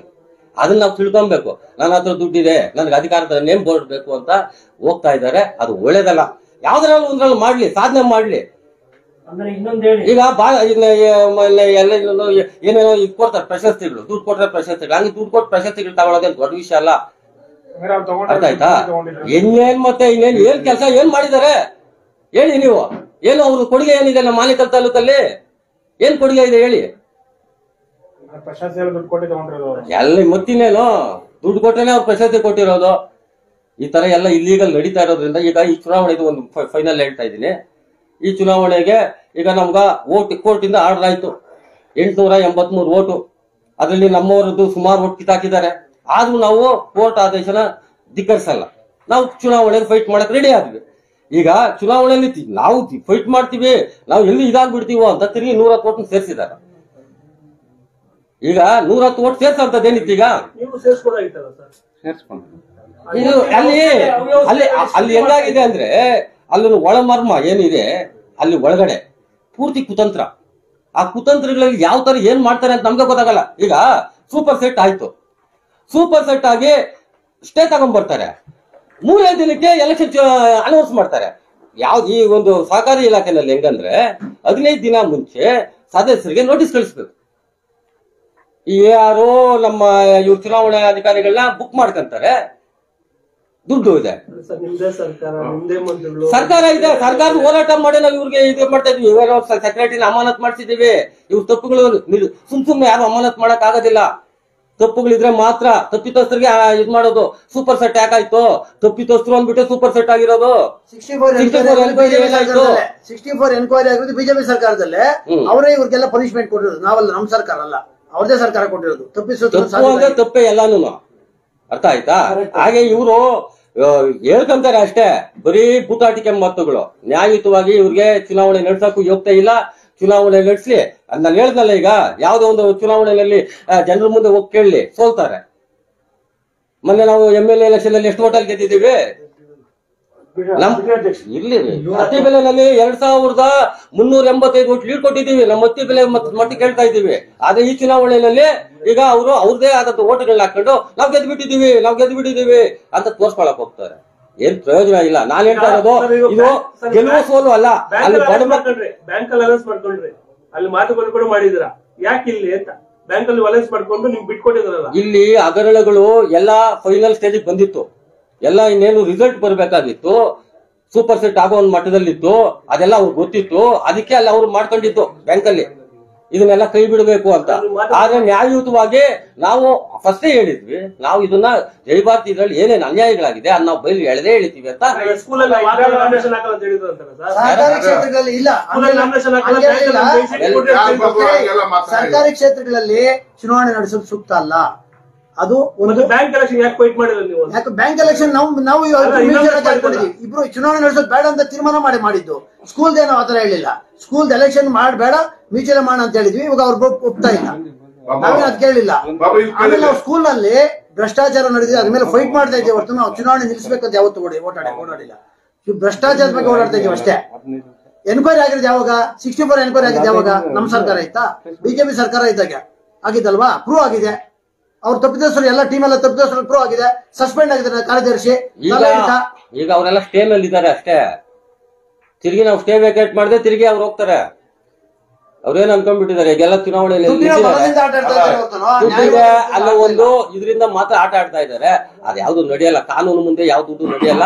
ನಾವು ಕಾನೂನು ಹೋರಾಟ ಮಾಡೇ ಮಾಡ್ತೀವಿ. ಆದ್ರಿಂದ ಅವ್ರಿಗೆ ಏನ್ ಶಿಕ್ಷೆ ಕೊಡಿಸ್ಬೇಕು ಖಂಡಿತವಾಗಿ ಕೊಡಿಸ್ತೀವಿ. ಅದನ್ನಂತೂ ಬಿಡೋ ಪ್ರಶ್ನೆನೇ ಇಲ್ಲ. ಬ್ಯಾಂಕ್ ಏನಾಯ್ತಂದ್ರೆ ನಾವು ಯಾರು ಹೋಗ್ಲಿಲ್ಲ, ಬಿಜೆಪಿ ಬಂದಿದ್ದು ನಮ್ಮ ಹತ್ರಗೆ. ಬಿಜೆಪಿ ಬಂದು ನಮ್ಮ ಅಧ್ಯಕ್ಷ ಇಟ್ಕೊಂಡು ನಾವು ಇನಾಮಿನೇಟ್ ಮಾಡ್ಕೊಳ್ಳೋಣ ಸ್ಕೂಲ್ ಅಂತ ನಮ್ಮ ಅಧ್ಯಕ್ಷಕ್ಕೆಲ್ಲ ನಾವು ಹೇಳ್ಕಳ್ತಿದ್ವಿ. ಯಾವುದೇ ಕಾರಣಕ್ಕೂ ಕೂಡ ಸ್ಕೂಲ್ದು ನಾವು ರಾಜಿ ಆಗಲ್ಲ. ಸ್ಕೂಲ್ದು ಭ್ರಷ್ಟಾಚಾರ ಐತೆ, ತುಂಬಾ ದುಡ್ಡು ಕಾಣಿದೆ, ಅದನ್ನ ನಾವು ಕಳಿಸ್ತೀವಿ. ನೀವು ಬೇಕಾದ್ರೆ ಮಾಡ್ಕೊಂಡು ಆವಾಗಲೇ ಹೇಳಿದ್ರಿ. ಆಗಿನ ಅಪ್ಪನ ನಮ್ಮ ಹತ್ರ ಪ್ರಸ್ತಾಪ ಮಾಡಿದಾರೆ, ನಾವು ಸ್ಕೂಲ್ ಬಿಡಲ್ಲ. ಸ್ಕೂಲ್ದು ಯಾಕೆ ಬಿಡಲ್ಲ ಅಂದ್ರೆ ಅಲ್ಲಿ ನಡೆದಷ್ಟು ಭ್ರಷ್ಟಾಚಾರ ಎಲ್ಲೂ ಇಲ್ಲ, ಎಲ್ಲ ಭ್ರಷ್ಟರೇ ಇರೋದು. ಅವ್ನ ನಟರಾಜನ ಆಟನ ಆಡ. ಈಗ ನೋಡಿ, ಈಗ 110 ಓಟ್ ತಗೊಂಡ್ಬಂದಿದಲ್ಲ, ಅದನ್ನ ಯಾರು ಊರವ್ರು ಒಂದು 10-15 ಜನ ಬಿಟ್ರೆ ಅವ್ರು ಯಾರು ಅಂತ ಗೊತ್ತಿಲ್ಲ. ಜೊತೆಗೆ ಅಲ್ಲಿ ಕೋಪರೇಟ್ ಆಕ್ಟ್ ಅಲ್ಲಿ ಇರೋ ಎಲ್ಲ ಐಎಕ್ ಮೀಡಿಯಾ ಮಕ್ಕಳನ್ನ ಎಲ್ಲ ದುಡ್ಡು IAR DR ಅವರೆಲ್ಲ ಇದಾರಲ್ಲ ಅಡ್ಮಿನಿಸ್ಟ್ರೇಟರ್, ದುಡ್ಡು ಕೊಟ್ರೆ ಸಾಕು. ಅವ್ರಿಗೆ ದುಡ್ಡು ಕೊಟ್ರೆ ಹೆಂಗಂದಂಗೆ ಬದಲಾವಣೆ ಮಾಡ್ತಿರ್ತಾರೆ. ನಾನು 4 ಟೈಮ್ ಹೋಗಿದ್ದೆ ಅಲ್ಲಿಗೆ ಕೋಪರೇಟ್ ಇದಕ್ಕೆ. ಅಲ್ಲಿ ಪ್ರಶ್ನೆ ಮಾಡಿದ್ರೆ ದುಡ್ಡು ಕೊಟ್ರೆ ನೋಡಿ. ಇವಾಗ ಪ್ರಾಮಾಣಿಕವಾಗಿದ್ರೆ ಇವರು ಎಲೆಕ್ಷನ್ ನಡೆಸೋರು ಯಾವುದೇ ಪಾರ್ಟಿ ಆಗ್ಲಿ, ಒಂದು ಸಂಸ್ಥೆ ಅದು, ಆ ಸಂಸ್ಥೆಗೆ ಒಳ್ಳೆತನ ಇದ್ ಮಾಡ್ಬೇಕಂದ್ರೆ ಯಾರನ್ನಾಗ್ಲಿ ಒಬ್ಬೊಬ್ರು 7 ಲಕ್ಷ ಕೊಟ್ಬಿಟ್ಟು ನಿಲ್ರಿ ಅಂತ ಕೇಳ್ತಾರ? ಒಬ್ಬೊಬ್ಬ ನೆಂಬರ್ 7 ಲಕ್ಷ ಚುನಾವಣೆಗೆ ಯಾರು ಆ ಪಾರ್ಟಿಯಲ್ಲಿ ಬಿಜೆಪಿ ನಿಲ್ತಾರೋ ಅವ್ರು 7 ಲಕ್ಷ ಕೊಡ್ಬೇಕು. ನಮ್ ಜೊತೆ ನಮ್ ಫ್ರೆಂಡ್ ನಂಬರ್ ಇದ್ದಾನೆ, ದಾಖಲಾತಿ ಬೇಕಲ್ಲ ಸರ್. ಆಡಿಯೋ ಹೆಂಗೆ ದಾಖಲೆಗಳೆಲ್ಲ ಆಗ್ತದೆ ಇದ್ ಮಾಡಿರೋದು ಆರೋಪ ಇಲ್ಲ, ನಿಜ ನೋಡಿ. ಆಮೇಲೆ ಇನ್ನೊಂದು ನೋಡಿ, ನಮ್ಗೆ ನಾನು ಶಂಕರೆಡ್ಡಿ, ಮಾರಪ್ಪ, ವೇಣು, ನಾವೊಂದಷ್ಟು ಜನ ಹೈಕೋರ್ಟ್ ಅಲ್ಲಿ ರಿಟ್ ಪಿಟಿಷನ್ ಹಾಕಿದಿರಿ. ಅದು ಇವಾಗ ಅದ್ರ ಮೇಲೆ ನಾವು ಸ್ಟೇ ತಗೊಂಡ್ ಬಂದಿರೋದಕ್ಕೆ ಇದ್ ಮಾಡಿದ್ದಾರೆ. ನಮ್ಗೆ ಬರೋ ತಿಂಗಳಲ್ಲಿ ಅದನ್ನ ಸ್ಟೇ ವೆಕೇಟ್ ಮಾಡೋದಕ್ಕೆ ನಾವು ಎಂಟ್ರಿ ಆಗ್ತಾ ಇದ್ರಿ. ನಾವ್ ಯಾಕೆ ಇದ್ ಮಾಡ್ತಾ ಇದ್ವಿ ನೇರವಾಗ್ಲೂ ಹೇಳ್ತದೆ, ಅದನ್ನ ವೆಕೇಟ್ ಮಾಡೋರ್ಗು ನಾವು ಬಿಡಲ್ಲ. ಅದಕ್ಕೆ ಅವ್ರನ್ನು ಕೂಡ ಅದನ್ನ ಯಾರೋ ಸೆಕ್ರೆಟರಿ ಮೂಲಕವಾಗಿ ಆಪರೇಟ್ ಮಾಡ್ಕೊಳ್ಳಿ. ಯಾಕಂದ್ರೆ ಈಗ ಸ್ಕೂಲ್ದು ಇದೆಯಲ್ಲ ಏನೋ ಜಮೀನುಗಳದು ಇದೆಲ್ಲ ಬರ್ತಾ ಇದಲ್ಲ ಹೊರಗಡೆ. ನೀವು ಕೇಳಿದ್ರಿ ಏನಂತ, ಸರ್ ಆ ದಾಖಲಾತಿ ಬೇಕು ನಿಮ್ಗೆ, 18 ಲಕ್ಷ ಕೊಟ್ಟಿರೋಂತ. ಆ ಸಂಸ್ಥೆಗೆ ಕೊಟ್ಟಿದಾರಲ್ಲ, ಆ ಸಂಸ್ಥೆಗೆ ಕೊಟ್ಟಿರೋದು ನೀವೇ ಕೇಳಿ ಅವ್ರನ್ನ. ಸರ್ ನೀವು 18 ಲಕ್ಷ ಕೊಡ್ತಾ ಇದ್ರಂತೆ, ವೋಚರ್ ಕೊಡಿ ಅಂತ ಗೊತ್ತಾಗ್ತೈತಲ್ಲ. ಅದನ್ನೆಲ್ಲ ಸುಳ್ಳು ಪುಳಿ ಯಾರು ಹೇಳಕ್ಕಾಗಲ್ಲ. ಅದಕ್ಕೆ ಅಲ್ಲಿ ನಿಮ್ಗೆ ಸಿಗ್ತೈತೆ. ಮತದಾರ ಸ್ನೇಹಿತರೆ, ಈ ಜೈಭಾರತ್ ಕೋಆಪರೇಟಿವ್ ಸೊಸೈಟಿಲಿ ನಮ್ಮ ಅಭ್ಯರ್ಥಿಗಳಂತ 7 ಜನ ಸ್ಪರ್ಧೆ ಮಾಡಿದ್ದಾರೆ. ಈ 7 ಜನಗೆ ಭ್ರಷ್ಟಾಚಾರನ ಹೊರತು ಪ್ರಾಮಾಣಿಕವಾಗಿ ಕೆಲಸ ಮಾಡೋರ್ಗೆ, ಪ್ರಾಮಾಣಿಕವಾಗಿ ಇರ್ಬೇಕಂತವ್ರಿಗೆ ಮತದಾರರನ್ನ ಕೈ ಎತ್ತಿ ನಿಮ್ ಪಾದವಿಗೆ ಕೇಳಿ ನಮಸ್ಕಾರ ಮಾಡಿ ನಮ್ಮ ಕಾಂಗ್ರೆಸ್ ಪಾರ್ಟಿನಿಕ 7 ಜನ ಅಭ್ಯರ್ಥಿಗಳಿದ್ದಾರೆ, ಅವ್ರಿಗೆ ಪ್ರಾಮಾಣಿಕವಾಗಿ ಇರ್ತಾರೆ, ಆ ಸಂಸ್ಥೆನ ಉಳಿಸ್ಕೊಳ್ತಾರೆ, ಆ ಸಂಸ್ಥೆ ಪರವಾಗಿ ಹೋರಾಟ ಮಾಡ್ತೀವಿ. ನಿಜವಾಗ್ಲೂ ಇಂಥವ್ರಿಗೆ ಮತದಾರನ ಕೊಟ್ಟು ಇವ್ರನ್ನ ಜಯಿಸಿ ಮಾಡ್ಬೇಕಂತ ಮೀಡಿಯಾ ಮೂಲಕವಾಗಿ ನಾನು ಮನವಿ ಮಾಡ್ಕೊಡ್ತಾ ಇದ್ದೀನಿ. ತಾರೀಕು ಏನು ನಮ್ಮ ಜಯಭಾರತಿ ಶೈಕ್ಷಣಿಕ ಸಹಕಾರ ಸಂಘದಲ್ಲಿ ಚುನಾವಣೆ ಘೋಷಣೆ ಆಗಿದೆ. ಆ ಚುನಾವಣೆ ನಡೀತಾ ಇರೋದೇ ಮೊದಲನೇದಾಗಿ ಅಕ್ರಮ. ಯಾಕೆಂತಂದರೆ ಸಹಕಾರಿ ಕ್ಷೇತ್ರದಲ್ಲಿ ಚುನಾವಣೆ ನಡೆಸಬಾರ್ದು ಅಂತ ಅವರು ಹೇಳಿದ್ರು, ನಾವು ಹೇಳಿದ್ವಿ. ಅದೇ ಕಾರಣಾಂತರಗಳಿಂದ ಮತದಾರರ ಪಟ್ಟಿ ನಮ್ಮ ಕಡೆ ಫೇವರ್ ಆಗಿದೆ, ನಮ್ಮ ಕಡೆ ಫೇವರ್ ಆಗಿ ಮಾಡ್ಕೊಂಡಿದ್ದೀವಿ, ಯಾರೋ ನಮ್ಮ ಮತದಾರ ಪಟ್ಟಿಗೆ ಸೇರಿಸಿದ್ದೀವಿ ಅಂತೇಳಿ ಅವರ ಒಂದು ಧೈರ್ಯದ ಮೇಲೆ ಎಲೆಕ್ಷನ್ ಮಾಡ್ತಾ ಇದ್ದಾರೆ. ಆದರೆ ಇಂಥವು ಎಷ್ಟು ತಳಕಳಗಾಗಿರುವಂಥ ನಿದರ್ಶನಗಳು ತಮ್ಮ ಮುಂದೆ ಇದೆ. ಅತಿಯಾದ ವಿಶ್ವಾಸ ಯಾವತ್ತೂ ಕೆಲಸಕ್ಕೆ ಬರಲ್ಲ. ಇಲ್ಲಿ ಸೋಲು ಗೆಲುವು ಎಲ್ಲರಿಗೂ ಬೇಕಾಗಿರುತ್ತೆ. ಜನರಲ್ ಬಾಡಿ ಮೀಟಿಂಗ್ ಬಂದಿಲ್ಲ ಅಂತ ಮತದಾರರ ಪಟ್ಟಿಯನ್ನ ಏನು ತೆಗೆದಾಕಿದ್ದಾರೆ, ಅವರ ಮತದಾರ ಇವಾಗ ಏನಿದ್ದಾರೆ ಮತದಾರರು, ಅವರ ಮತದಾರರ ಸಹಿಯನ್ನ ನೀವು ಬೇಕಾದ್ರೆ ಚೆಕ್ ಮಾಡಿ. ಅವ್ರಿಗೆ ಪ್ರಾಮಾಣಿಕವಾಗಿದ್ರೆ ಆ ಬುಕ್ ಒಂದು ಕೊಡ್ಲಿ, ಅವ್ರು ಸೈನ್ ಮಾಡಿದ್ರು. ಅವರ ಸೈನ್ಗಳಲ್ಲ ಬೇಕಾದ್ರೆ ನಾನು ಅಪ್ರೂವ್ ಮಾಡ್ತೀನಿ, ನನ್ನ ಹತ್ರ ಇದೆ ಆಲ್ರೆಡಿ. ಅವ್ರಿಗೆ ಬೇಕಾಗಿರೋರು ಜನರಲ್ ಬಾಡಿ ಮೀಟಿಂಗ್ ಅಲ್ಲಿ ಸೈನ್ ಹಾಕೊಂಡು, ಅವರೇ ಸೈನ್ ಹಾಕೊಂಡು ಅವರ ಮತವನ್ನ ಪುರಸ್ಕೃತ ಮಾಡ್ಕೊಂಡಿದ್ದಾರೆ. ನಮ್ಮ ಮತದಾರರು ಯಾರು ಹೋಗಿದ್ರು, ಅವ್ರು ಮಾರನೇ ದಿನ ಹೋಗಿ ಹಾಕಿದ್ರು ಕೂಡ ಅದನ್ನ ತಿರಸ್ಕಾರ ಮಾಡಿದ್ದಾರೆ. ತಿರಸ್ಕಾರ ಮಾಡಿ ಆ ಮತದಾರ ಪಟ್ಟಿಯನ್ನ ಈ ಒಂದು ತಲೆ ಹಿಡ್ಕ ನಟರಾಜ್ ಏನಿದ್ದಾನೆ, ನಾನು ಪದೇ ಪದೇ ಮಾತು ಹೇಳ್ತಾ ಇದ್ದೀನಿ, ಯಾಕಂದ್ರೆ ಅವ್ರು ಮಾಡಿರೋ ಅಕ್ರಮಗಳು ನಮ್ಗೆ ಅಷ್ಟೊಂದು ಬೇಜಾರಾಗಿದೆ. ಅವನ ಒಂದು ಮುಖಾಂತರ ನಮ್ಮ